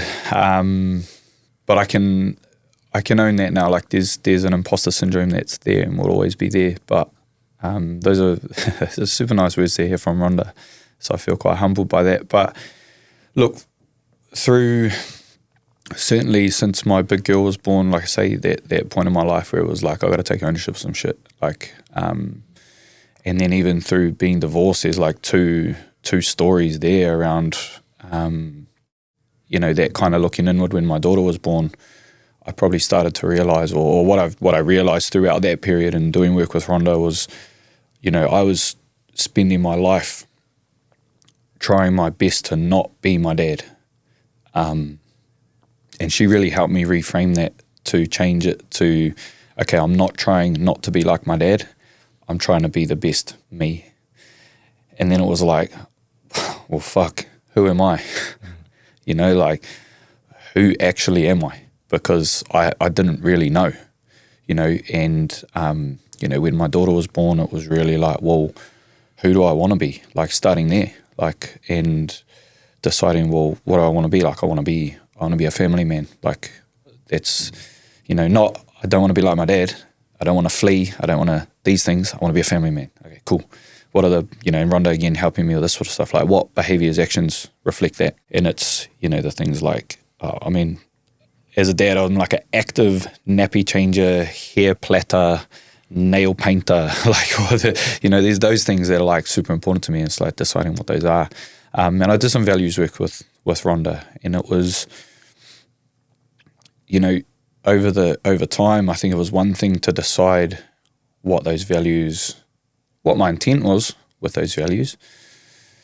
But then over time, it's, you know, you've got to be able to stand on them as well. It's like, what evidence do you have to support that this is one of your values? You know, and I'm a human being. I make mistakes. I go the wrong way about some things, both as a dad, as a leader, as a certainly as a husband, as a brother, like all these things. And in the last 8 years, I think I've gotten to a point now where I can stand on what my values are, and I have years and years and years of evidence to support what that means and how that's in action, you know. This might be private to you, and I'm not sure if you actually want to share, but she said that through the process in discovering your values, you actually ended up drawing your values instead of writing it. So I'm kind of interested in what you drew and how that came out. Yeah, so it was interesting because we did a lot of values work as a team as well. So like as in a business and as a leader, like you need to get a bit of a code, you know, like for your teams. And so we did values work in the teams, but that enables reflection personally, because part of building a set of team values is understanding what's important to each individual. And so, yeah, we were doing that kind of work. We were bringing in facilitators like Rhonda to do some of that work with us as well. And then I was doing the work personally on it. And they've shaped and evolved over the years. So, I don't mind sharing. I mean, my values are, one of the main ones is manaakitanga, like respect, care, generosity, hospitality, just looking after those around you. There's no direct English translation for manaakitanga, which is really interesting. And the best explanation that I know of is that it's placing the mana of others above your own. And so that's a real way that I like to lead. And that's something that in adopting that as a value and being intentional around my behaviors and actions, reflecting that, is something that's really helped my ego step to the side. And I've been humbled enough times now to know that despite trying my absolute best, I will never actually be the man. You know, so that's something that I can stand on now, you know, and go, I can still try my best and I can still be the best me, but I don't have to be the man, you know, I don't need to be. Tupu is another one, or growth. So for me, it's just growth in everything. Growth as in looking at myself. It's, you know, I'm at a point now where I'm fitter, stronger, smarter, a better father, a better leader than what I've ever been. But underpinned by an acknowledgement that I'm not going to get it right every single day. I'm aware of that. I still value mahi. Like I do value effort and everything. So like I go hard. I love to go hard and keep myself busy. And adventure is actually one that, like the last couple of years, particularly since I got divorced, that I just thought, you know, because I had to double down again. When I decided what I wanted to be when my daughter was born, the family man, those sort of things. When I got divorced, that identity was gone. I was like, fuck, like really got into myself again and was like, okay, now I've got 2 kids and I'm not married and I'm a builder, and business is tough too at this point, real tough, because we're into COVID times and all of that now. And I'm like, holy fuck, I'm this far away from being my father right now. So it was like I had to carve that out again and go even harder. Like, and I remember when me and my ex-wife separated, we'd been at the counsellors, and I was sitting there kind of being like, I don't like what's happening. I don't like where we're at, but I want to, you know, my desire to still be their family man and keep that unit and all of that, you know, was there. And I voiced that, and then my ex-wife just said, nah, I've had enough, I'm done. Just like, that's it. That was the end of the marriage. And yeah, this is another one of those knife edges, you know, where I go down there, it's like, fuck. And I don't know what it was, but I'd been, you know, doing what I'd been doing, and I was, you know, logically I could look at it now and go, God, I was doing all the things that pointed towards me not being or not responding in a way that I wouldn't have been proud of. But I remember at the time just having this massive pull towards the booze, like, and I'd been pretty good with booze for the longest time, like certainly since my daughter was born and starting the business. Like I'd not gone down that sort of rabbit hole that I had been, you know, earlier in my life. And I think it's lucky. I say luck. I guess I had a part to play in it, but I went cold turkey. I was like, I'm not drinking. Like, I just can't. If I drink, this could be real bad. And I ended up, I'd been doing a bit of work with Rhonda up until that point, and I just doubled down. I think I was seeing Rhonda like twice a week. You know, normally I'd see her every 3 to 6 weeks or something like that in normal times, and different containers of work that we were doing together. I was like, I need to go see her. Like, yeah, I think it was twice a week for a good couple of months, and then maybe once a week for 6 weeks after that. And just She spoke about this, and for the listeners, this was with the authority to talk to me about these things. There's no conflict. Yeah. But she spoke about you being proud of yourself, because the natural tendency or pull of your friend group, the boys, is, all right, let's go get fucked up. Let's go on a bender. Like, let's really get after it and go and have some fun. Yeah. And then you made this really sort of conscious and determined and disciplined effort to know that's not going to be how I'm going to deal with it. I remember a phone call to my friend Sean, he was my best man at my wedding. He's my best mate, and him and I, when we were 5 years old, we played rugby together. His parents are some of the ones that put me up when I was a kid. I was speaking to him on the phone while I was driving, and I just had a bit of a breakdown to him. I was just like, I was in that deep hole where I was just like, I'm not going to see my kids every day. You know what I mean? Like, I've gone from having my daughter and I want to be with her every day, and I value that, and all of those things, to now, fuck them, And I think I said something, I don't know the exact words, but something along the lines of like, my girls are going to have to deal with the same shit that I had to deal with. Like, that's the hole that I was in. He said to me, I don't know whether it was on that call or very shortly after, he said, bro, I'm coming to Hamilton tomorrow. He's in Toke. Coming to Hamilton tomorrow, we'll go out for lunch. And we went out for lunch and just had a burger and chips and a coffee and that sort of thing, just a yarn. And, he probably doesn't even know this. I think I've probably said it to him when I've been real pissed up, but, at Sunday Cup or something like that. But I think him doing that and just turning up to have a coffee and something to eat at lunchtime, instead of, bro, meet me at the pub and we'll get real maggot, I think, knife edge. If we'd gone to the pub and got real munted, I feel like that could have started something where I would have just spiraled hard at that time, and I didn't really need to. So I'll forever be grateful to Sean for just being that guy for me that day. There's been, quite a few of my mates over this sort of season that have done similar things that I'm just super grateful for, So yeah, with the work with Rhonda really lent into in here, had to like redefine who is Nate. I've got a journal somewhere where Rhonda gave me some like homework where it's like, define who you are, like answer these questions, what's important to you, all these sorts of things. So the power of showing up, and I want to flip it because we spoke to your sister Chelsea, and I want to read what she said. She said, to be honest, Nate's my best friend. Just us two growing up. My big brother, only by 15 months, so very close in age. We went through a pretty up and down childhood, and we've both got real up and down relationships with our parents, but we've always just had each other. So not to say that we don't fight, but we're pretty tight, and he's very loyal. And she told us a story which illustrated your loyalty through connection, which actually ties perfectly in with our partnership with One New Zealand, as that's what we're both about. And she said, when I was 18, I first made the Black Ferns, but I was a late call-up. The team was already over in London. I'd never played Black Ferns before, just out of high school, and there was an injury over there, and I got a call one morning asking if I could be on a plane later that afternoon and go over to England. Just a small town Tokoroa girl. I'd never even been on the other side of the world or anything like that. I called Nate crying and saying, holy shit, I'm going to live my dreams out of that.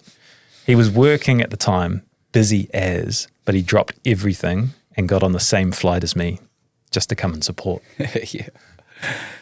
Yeah, man, that was a day like far out. I remember, being on, I'm so proud of her, man. Like, I can literally remember I was standing on some frames up in Flagstaff, building a house up there, and got the phone call from Charles, tearing up, could hardly get out her words. Like, she's on a plane to London, like 7 o'clock that night. And I was like, where are you right now? Wait there. I'll be there in a sec. Like, just bolted. Said to my guys, like, I don't know when I'll be back, but I'll be back sometime. And, here's a pint of E. Yeah. And I got home that day. I booked a flight. Here's the same flight as Charles to London. Took her to Auckland. Like, this was so last minute for her. We went to Adidas and got her like fitted out that afternoon. Like, I'd been on the building site that morning, and Adidas that afternoon, Charles getting fitted out. I was like, oh my God, like, this is crazy. Got on a plane to London. My mate was playing, because she had to go straight into camp. Like, she got picked up by Black Ferns management over there. I had a mate who, this is how last minute, like I literally pretty much packed like a black jersey. I went to the bank and got out like £500 like in cash, got my plane ticket, got over there. And this is how green I am. I called my mate Max when I was in LA on our stopover. I said, dude, can you be in Heathrow in like 11 hours or something? Because I'm like landing there. He was playing rugby over there. Yeah, brother, sweet, I'll be there. And he comes and picks me up. And it's like November, I think, late November, 2012, I think, something like that. And I get there and it's middle of winter in London. And I've just left like November in New Zealand as a builder, like not wearing a shirt that morning sort of thing.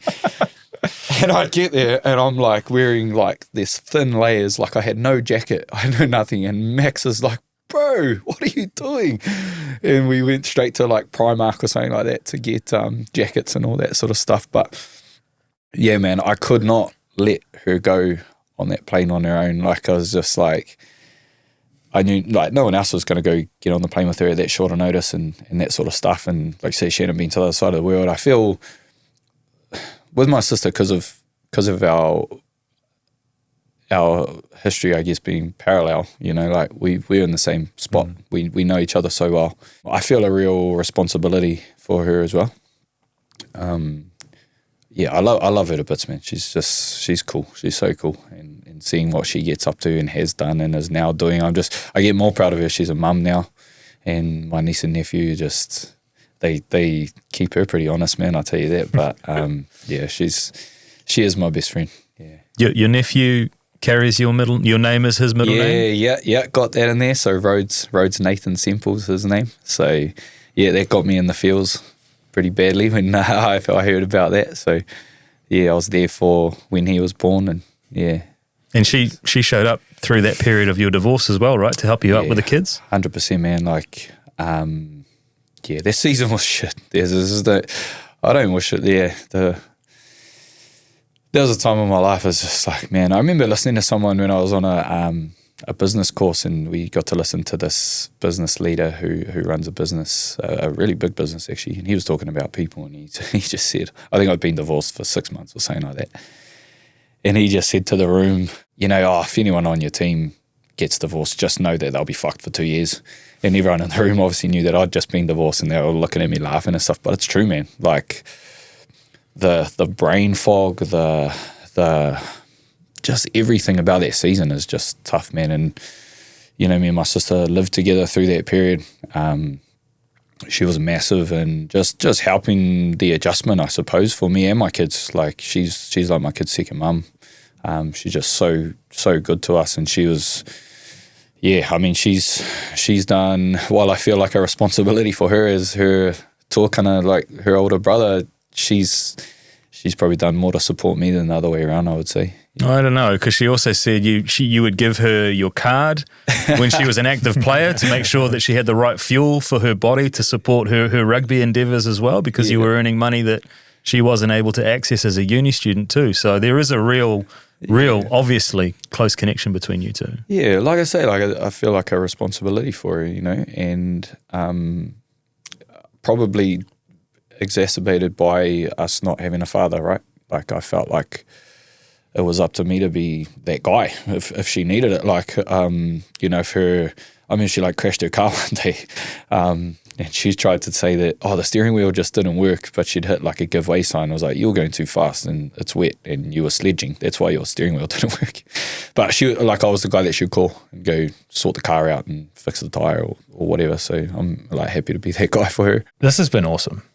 Anyone that's listened this far will know like you've got so much to offer in terms of the shit you've been through and the leadership. Kind of what we spoke about at the start is like you've got the lived experience, and I understand that now you're looking at sort of, I'm not sure if pivot's the right word, but you're getting into coaching. You've just done a training program and joining the Raw team with Andrew Miller, Miller, who's a good friend of ours in the show. So can you tell us about like what you're thinking in that direction? You know, through these seasons where I found it particularly tough, having someone like Rhonda, I've been to like a therapist and a guy called Tony Bluden in Hamilton who, you know, between both of those guys and a couple of other just people, mentors, close to me, including like the Sentinel Homes head office. People like Ash, who I work with, she's been massive support for me, her and her family, her husband Grub, and their whole family have just been great. And what I've probably come to learn, you know, where it's really come to me the last few years, I've always valued the work that I've done with Rhonda in particular, to the point where I shout it from the rooftops. Like, anyone who wants to ask about PD and stuff, I'm like, speak to a coach, man. Being a coach is like a personal trainer, right? Like, they'll be there to support you, they'll be there to guide you, they'll tell you what exercises you should try, they'll give you a bit of feedback, but they're not going to lift the weights for you. So it's not for the faint of heart. Like, you've got to be ready to accept coaching, and you've got to want to be coached. But if you've got the desire to be coached and be better, the coaching is so powerful. Andrew actually raised it with me and said, like, have you thought about doing like any coaching or anything like that? I was like, oh, not really, but yeah, like in terms of just out and out PD, like say one of my values is tupu and growth. And I generally pick something every year that I want to try or grow in or whatever. So like say early on, it was like finance, dived into leadership, did a lot of like communications training, that sort of stuff. And then I was like, man, I think like this year or, you know, this period, I'm going to look into the coaching stuff just for general personal development and to enable me to get a few more tools as a leader and that sort of stuff. But as I've got into it, real interesting, like being coached by Rhonda, I could leave a session with her with a feeling like, far out, that was unreal. Like, how did we get to where we got to? I've now got this insight. I'm like encouraged to take action. Like, I've got clarity. Like, I know what I need to do next to get closer to where I want to go. Like, how did you do that? I have no idea. Like, I had no view. And it's been really funny doing the coaching training, because it's showed me a lot of the tools that Rhonda used to use on me, you know what I mean? So like, I got access to these models and these tools for helping people to be their best and find their way. So yeah, and currently doing work with Raw and both in a like business coaching and one-on-one coaching space, and just frothing it, man. Like, I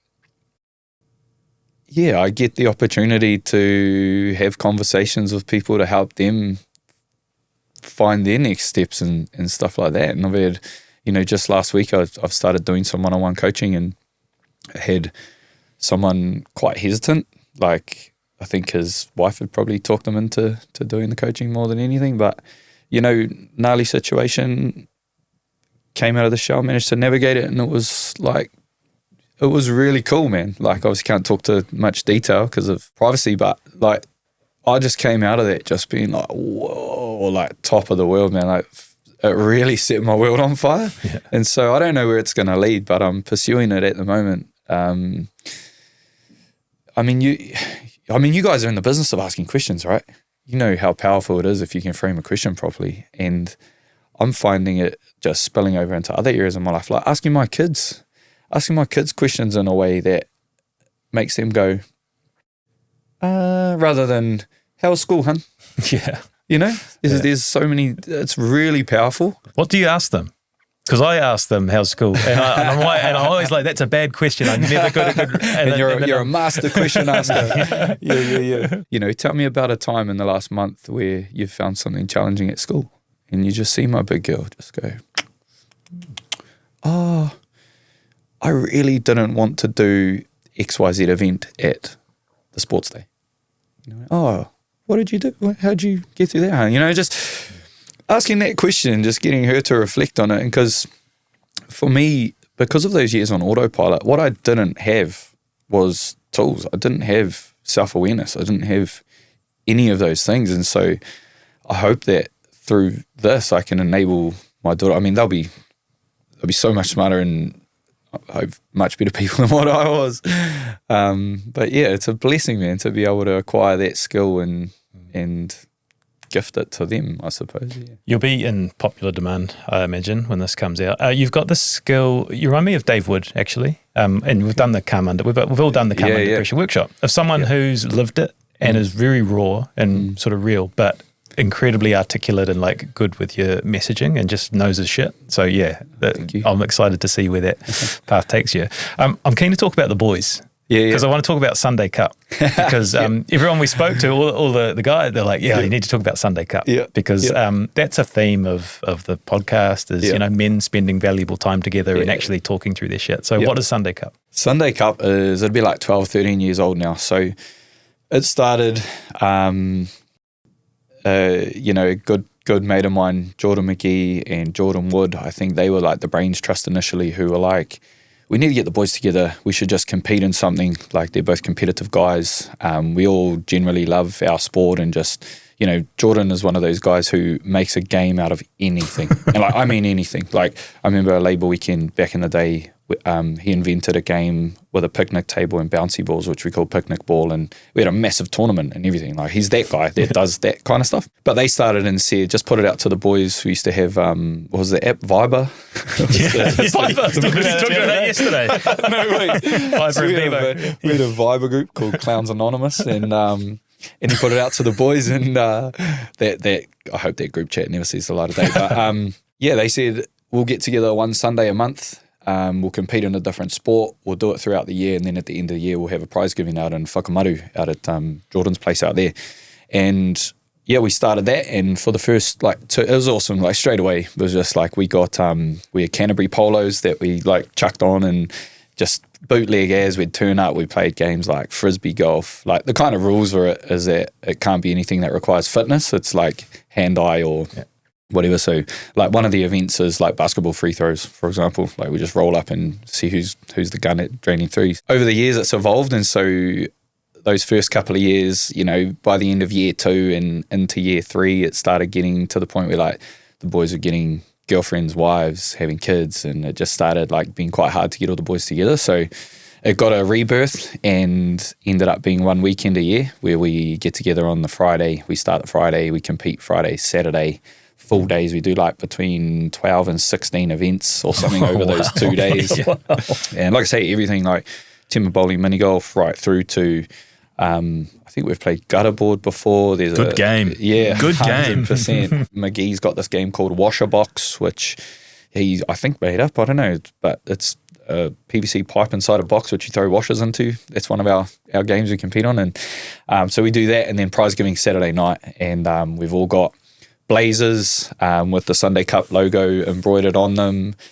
We all bought them from the op shop, and we get like a team photo every year, and it's the best weekend of the year, man. Like, the fizz levels for it are insane.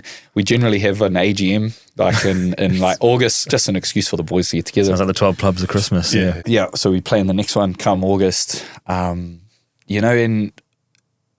it's so good, man. Like, it keeps the boys connected throughout the year. So we've got the Sunday Cup chat, which goes off probably every week. Like, it's our forum. You know what I mean? Like, we connect. One thing that I'm, particularly with this sort of stuff I'm doing at the moment, is a balance for me. I'm like trying to work out how to bring a bit more.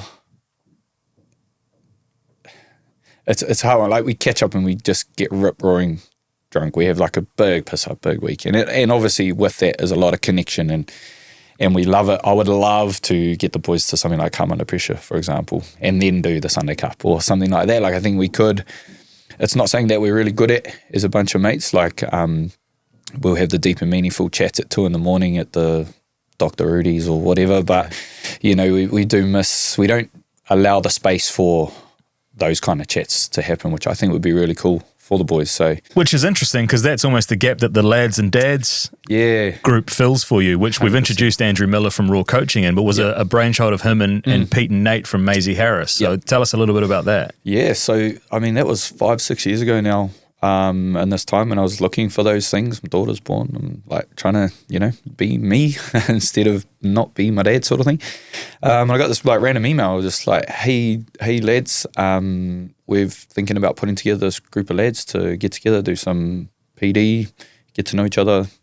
Are you interested? And I was like, a few, like, I didn't know Pete and Nath real well. I didn't know Rug at all. Steve Carpenter was on the chat, who I sort of knew, and I knew a lot of the names in there, but I didn't really know anyone. And I was real close to saying no. Like, imposter syndrome was like, man, these guys are kick-ass. Like, you know, I'd known them from around town and stuff. I was like this builder from Tokoroa, like, I don't know if I belong in that kind of room, you know. But I said yes. I went along to Maisie Harris in the setup there, and yeah, that thing's just growing. And that group start. You know, our Sunday Cup boys, we started because we'd always been that way, and we were mates from school, and we're day ones. You know, like I say, me and the boys played rugby together when we were 5 years old, sort of thing. And Jordan Wood, who I mentioned before, his mum babysat me and my sister, sort of thing, when we were real young. So they're all the day ones, and so we kind of got together to keep our thing going with the lads and dads. The basis for that was get together, do some learning together, get to know each other, and it sort of goes from there. So yeah, man, things like come under pressure. We've said you to come and speak to us, Shay. Which is intimidating in itself. Like you feel an intimidation joining a group when you're on the outside coming into a fresh group. Yeah. And Rug's message was just be yourself. 100%. And I'm like, what does that even mean? Yeah. That's my message to you today. Yeah, it was too. But and you know, Andrew, he's a coach, obviously, but I hope I could one day be a coach close to his skill level. You know, like he has this wild ability to capture people's attention and then frame up a situation that enables people to just be. And you know, like I think the first lads and dads session we had, like a lot of us hadn't met each other before, and all of a sudden, like I shared some things that first night with them that I hadn't shared with anyone, like around what I was dealing with and stuff. And I was like, I remember coming away from it just being like, as in like, oh my God, that was pretty out of the gate, but also, why do I feel so light? Like, it's like, holy shit. And then the other boys did as well, and it was just like it just forged this group, man. We're now just like, they're some of my best mates, and you know, been on massive adventures with them, and you know, did God's Own with a couple of them, and Come Under Pressure, and we just, you know, same thing. There's a group chat, goes off all the time. We're all supportive of each other. It's and those boys helped me hard out with the season that I've been through recently. Yeah. You said something before about not being afraid of hard work or embracing hard work, and something like God's Own or the Coast to Coast. Like you were embarking in your current season of doing difficult things, but also you're doing them.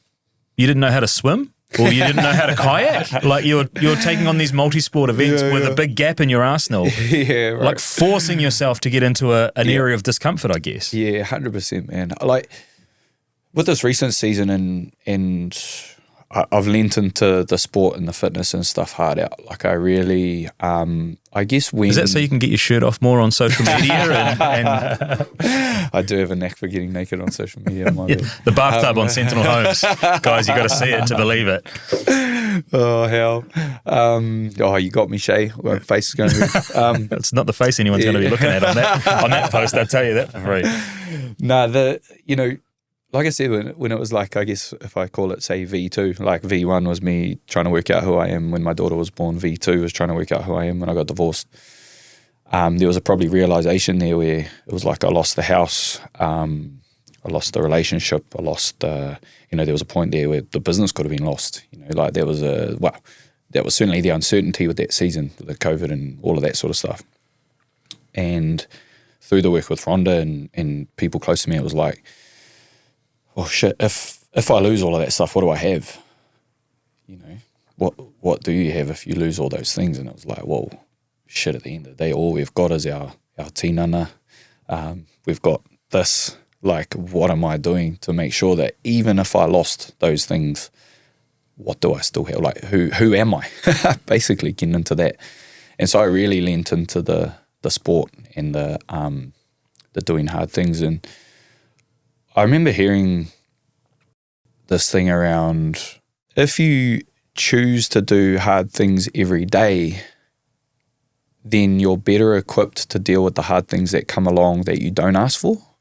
So choosing to do the physically tough stuff sort of like flexes the muscle and trains yourself so that when hard things come along that you didn't choose, you're so much better to deal with it. And I believe in that wholeheartedly. Like, it's like, you know, there's some things that come along now and it's like, to be fair, anything that comes along in business now just absolutely pales in comparison to getting divorced. Like, no shit. It just gives you this new perspective where you're like, well, I can deal with that. My papa passed a couple of years ago, like, such a shit time. Something comes along in business and you're just like, perspective, man, like, fuck, nothing's worse than that. So I can deal with this. And so, I kind of attached myself to this sort of ethos around, like, throw your bag over the fence. I remember listening to Ed Middleton in Auckland a couple of years ago, and he was like, if there's things that are in your head that you've decided that you want or you want to do one day, say, the only thing standing between you and getting that thing done is commitment. And I was just like, fuck, that's so true. And so throwing your bag over the fence is like, commit and figure it out. So it's like, I signed up to do a half Ironman and I didn't know how to swim. Signed up to coast, never been in a kayak. And what distance do you have to swim in a half? 2Ks and a half. 2Ks? Yeah. So what do you do? You just get in the pool 3-4 times a week? Yeah. Researched, found a guy called Russell, swim coach in Hamilton.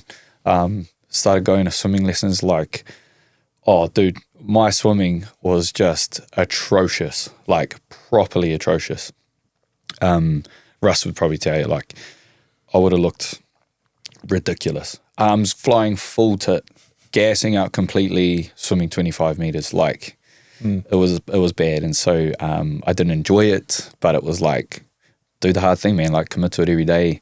Who do I want to be, and what values, actions, behaviors reflect that every day? And it's like, well, I want to be fit and healthy. What do I need to do every day so that I can be that guy?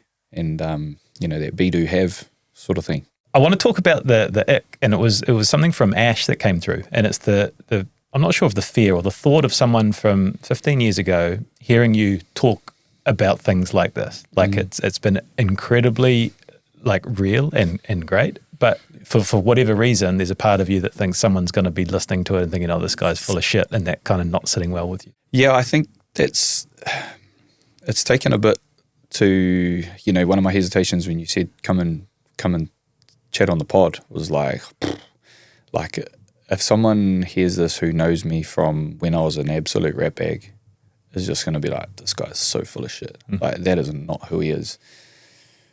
And it's interesting, like, if I knew someone else who had been, say, to hell and back, carved themselves out a path, decided who they want to be and were going about it, I'd be so empathetic, and I'd be so appreciative of them and acknowledge what they've done. But for me, I carry a lot of, I guess, like, shame and embarrassment and, like I say, that shadow. And so the thought of someone hearing it and just not believing it because of who I was, because it is a long way away, it is ick. It just feels like, oh, yuck, like, it doesn't feel very comfortable at all. And saying that, setting out what my values are, what are the behaviors and actions that support that, and then being able to stand on them is something that I can stand on.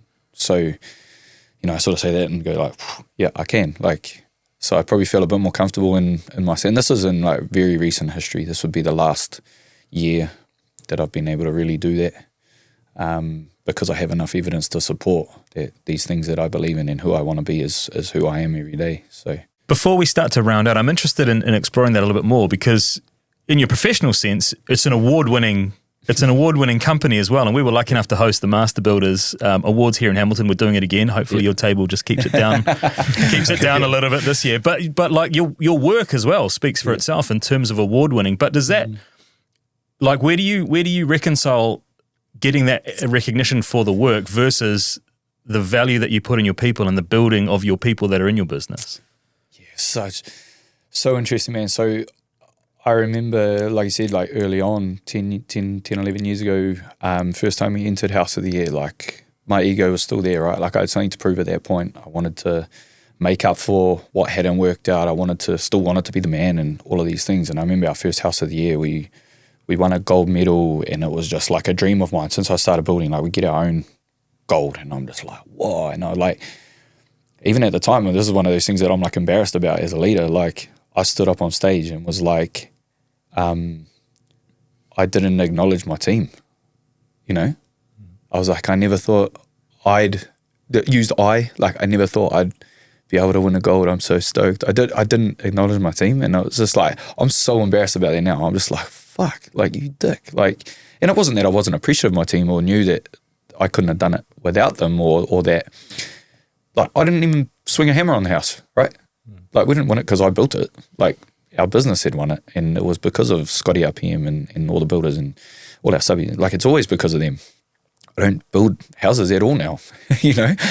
But it's really interesting because, you know, for those first few years of House of the Year, it was like, we want to win. Like just, you know, this is the thing. We want to win and we want to blah, blah, blah, blah, for those reasons. I think I shared with Rhonda actually, like a couple of House of the Years ago. I remember sitting there and I still get really nervous. Like it is nerve-wracking having your business judged by externals and all of those sort of things. And you're still competitive. We still want to do well. And we won. I don't even know if I would have spoken or whatever, but if I did, I would have absolutely just given the team the props. Like I'm very cognizant now that I have very little to do with the quality of homes that we build. It is all of the team. But I remember talking to Rhonda afterwards and just being like, am I all good? Because this happened last week and I just didn't care. I did not care at all. I was asking her, thinking that something was wrong with me, like, am I depressed sort of thing? Because I was in a season. I was like, I can't, you know, is depression like when you don't feel the high highs? Like once upon a time, I would have just like lost the gherkin over this. I would have been so stoked because we had a great night, but I didn't care at all. And she helped me kind of understand that it wasn't that I was depressed or anything. It was just that what's important to me has changed completely. And so for me, I don't get me wrong, still enjoy House of the Year. We have a great time. We love to compete. We love to try. We you know, it's part of our continuous improvement and our growth is we're always trying to get better and build better. You know, I'm really proud of one of our guys last year. We won a National House of the Year award, and immediately afterwards, he was like, oh, bro, like, I know quite a few things we could have got better on that. Just like, dude, you just like one of the best houses in the country for that price bracket, and you still want to do it better. I was like, fuck. Like, so like that conversation actually to me is like, yeah, like I'm way more fizzed about that, and way more fizzed about the growth of our people and the impact that we can have in our community. We support things like the Parenting Place. We've been a big supporter of the Waterboy over the years. Like, you know, there's things that our business does, and I'm more proud of who we are as opposed to what we do. That sort of makes sense. Yeah. That being said, you will be at the awards again. I'll be there. Yeah, we'll be at the awards again. We're lucky enough to be dressed by Barkers now, so we'll be in our new suits. Yep. Do you have any fashion or tips or any grooming? Yeah, you're a styly guy. You are a styly guy. These better be good. I actually have a Barkers suit, man. Yeah. So funnily, man, like we've been going to House of the Year for a long time now. And so I wear a black suit at least once a year, probably generally a couple of times if there's other black ties or whatever. And I've always just cheaped out on the suit. Like I've just got a pretty rugged old black suit. And I couldn't bring myself to just upgrade. I don't know why. I was just sort of like, oh, I don't need one. I only wear it twice a year. Man, I bought a Barkers suit and I was like, yo, whoa, this is actually pretty mean. So thank you, Barkers, for that. Am I supposed to be giving some fashion tips? Yeah, or grooming advice? Well, can I ask a question on the suit? Yeah. Did you have to get it tailored to get your calves in? And that's a genuine question because off the rack doesn't always work. But did you get any alterations done? Because they are impressive pins. It's actually a challenge, man. I can't buy skinny jeans. I know, I'm not slim pants. It just doesn't work for me. But then I look stupid in baggy jeans as well. So, pants are a problem for me. Shorts, man. Yeah. Fashion. I don't know, man. Like It's really funny. We've got a sales team as well in our business, right? So we're, our design and build consultants are out there in the field, and uniform is something that comes up all the time.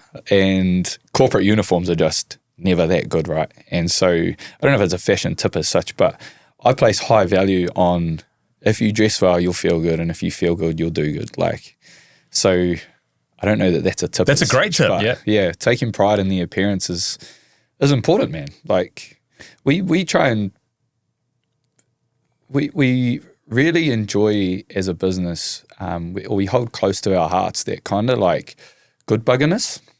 Like it's something that's real Kiwi. It's something that if I was to like like Andrew, for example, is a guy that like epitomizes good bugginess to me, just a GC, you know, and we try and have that as something that like lives and breathes through our business. And so for us, it's really important that while we always have to remain professional, we're never going to be suit and tie guys. That's just not us. We're not the old dogs. We're cool, but we still have to be professional. So it's like trying to find that real fine line between being too casual, dressing sort of like this, and wearing a suit and tie somewhere in the middle. Are you still on the tools? Nah, I've been off the tools for 10 years now, but I miss it, man. I actually miss being on the tools every day. The last time I got on the tools was when we were building my own house, and I was like, because a dream of mine, like I say before that, was to build my own house, right? So dream was coming alive. Our builders were building it, and I was like, I've got to at least do a day on the tools here, like to say that I at least built some of this house. And I went there and I was helping my apprentice throw frames around, and we were, you know, building it. And then I shot a nail through my finger. And my team just doesn't let me on a building site now. They're just like, dude, stay in the office, man. Like, you're way better in there anyway. This has been epic. I'm going to ask you about it. I've actually got some words to read to bring us home from Chelsea and Rhonda, and they're decent passages, so stick with me. Chelsea says, he's such a great dad. He takes accountability for his actions, which is something we grew up with not a lot of people doing around us. He's just working hard every day to understand himself, especially around getting help. He's got a lot of issues from our relationship with dad and stuff. He had a lot of things come up and behaviours that came out because of that, but he's massive into going to get help with a therapist. He pays for his workers and his staff, and he's paid for people in our family to get the same help. He's a massive advocate for mental health and trauma and stuff like that. He's been through a lot in his company, the loss of a business, going fully pretty much dirt broke and owing a lot. Then obviously failing in his marriage as well, which rocked him. Through all of that, being able to see the resilience and the constant internal look to see what he could have done better. He never blames anyone else for situations. It's always like, fuck, what am I going to do to learn from this? How am I going to be better to make sure it doesn't happen again? And I want to lead into Rhonda. Rhonda says, the thing about Nate is he does all this amazing stuff and he completes it all. He becomes an Iron Man. He does God's own. He does these incredible things, but he's all about bringing people with him too. So yes, even some of the stuff that he does with the entire Sentinel Homes office, it's all in the same vein. It's like, oh my God, how can we all be better? How can I be better? What Nate does well is he will know something, he will learn something, and then he'll do something with it. And I think if that's what could be encouraged out of this podcast, that would be amazing. Because at the end of the day, he is a rugby playing builder from Toke, and these are the sort of things he does, and these are the people he surrounds himself with, and this is what fascinates him. Imagine the influence or the difference, the ripple effect, if everyone did something each day with regards to what they know they should. We all know what we should be doing, but I think the thing that stands Nate out is he actually does something with it. I think that would be beautiful for your audience to be invited to go, okay, so what are you going to do? What are you going to do differently? What is now more possible? What feels more possible at the end of listening to this than it did 2 hours ago? Which I think is a really cool way to sort of frame the ending, because that was my hope. I mean, this whole episode has gone it's gone better than I hoped and thought it would. Because that is the message. It's the inspiration of a guy whose life wasn't going the way he wanted, and then figured out how to get it on track. And then you've had wobbles, and then you've on that continual journey of self-improvement. And I think, what is the message? Is that the message? Something that Rhonda's really helped me with, and something that she says is like, why do we do what we do when we know what we know? And so I take that pretty seriously. Like, you know, it always just pops into my mind, you know, the tube station in London, the Mind the Gap, you know, the little thing there. I always think about that as like values in action. And it's like, if your values are here and your actions are here and they're not lining up, what's the gap? Like, why isn't that happening? So like for me, I want to be, you know, in my current, who I am now, is that I want to be a man known for standing by his values. Like, that's important to me. And so if there's a gap between my values and the actions, what do I need to do to address it? And I think everyone has it in them to be deadly honest on that. Like, look in the mirror, smack yourself in the face with a brick and go, why am I doing what I'm doing when I know what I know? I know that I want to be here. I know that I want to achieve this, but I'm doing this. And everyone has the ability to own that shit, you know? It's in all of us to take ownership of it. So. Shit, that's a strong takeaway. How's the experience been? Here we are. We're sort of 2 hours at the other side of. Is it 2 hours at the start? Yeah, man. This has been really nice, man. Like I appreciate it. It's sort of feels like a therapy or a coaching session in a lot of ways. Like, you know, talking through things, and even this last week and reflecting and thinking, you know, geez, what am I even gonna say? Like, you know, that's been quite cool. I appreciate it, man. You guys are so.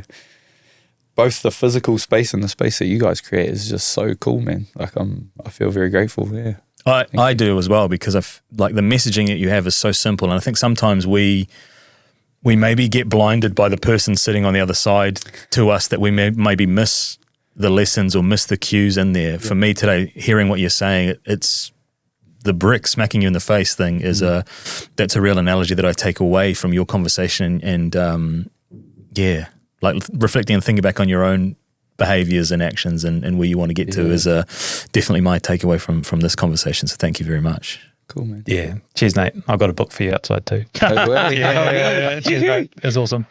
Cheers, fellas.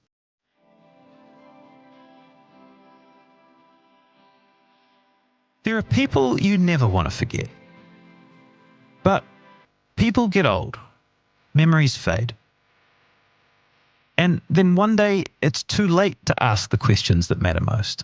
That's why we created Reflections, to capture the magic before it slips away. How did she like camping? At Reflections, our award-winning interviewers sit down with your loved ones with time, care, and curiosity, and capture their life story in their own words. The result is a beautifully crafted family documentary your loved ones will treasure for generations. One day, you'll want to hear that laugh again. We make sure you always can.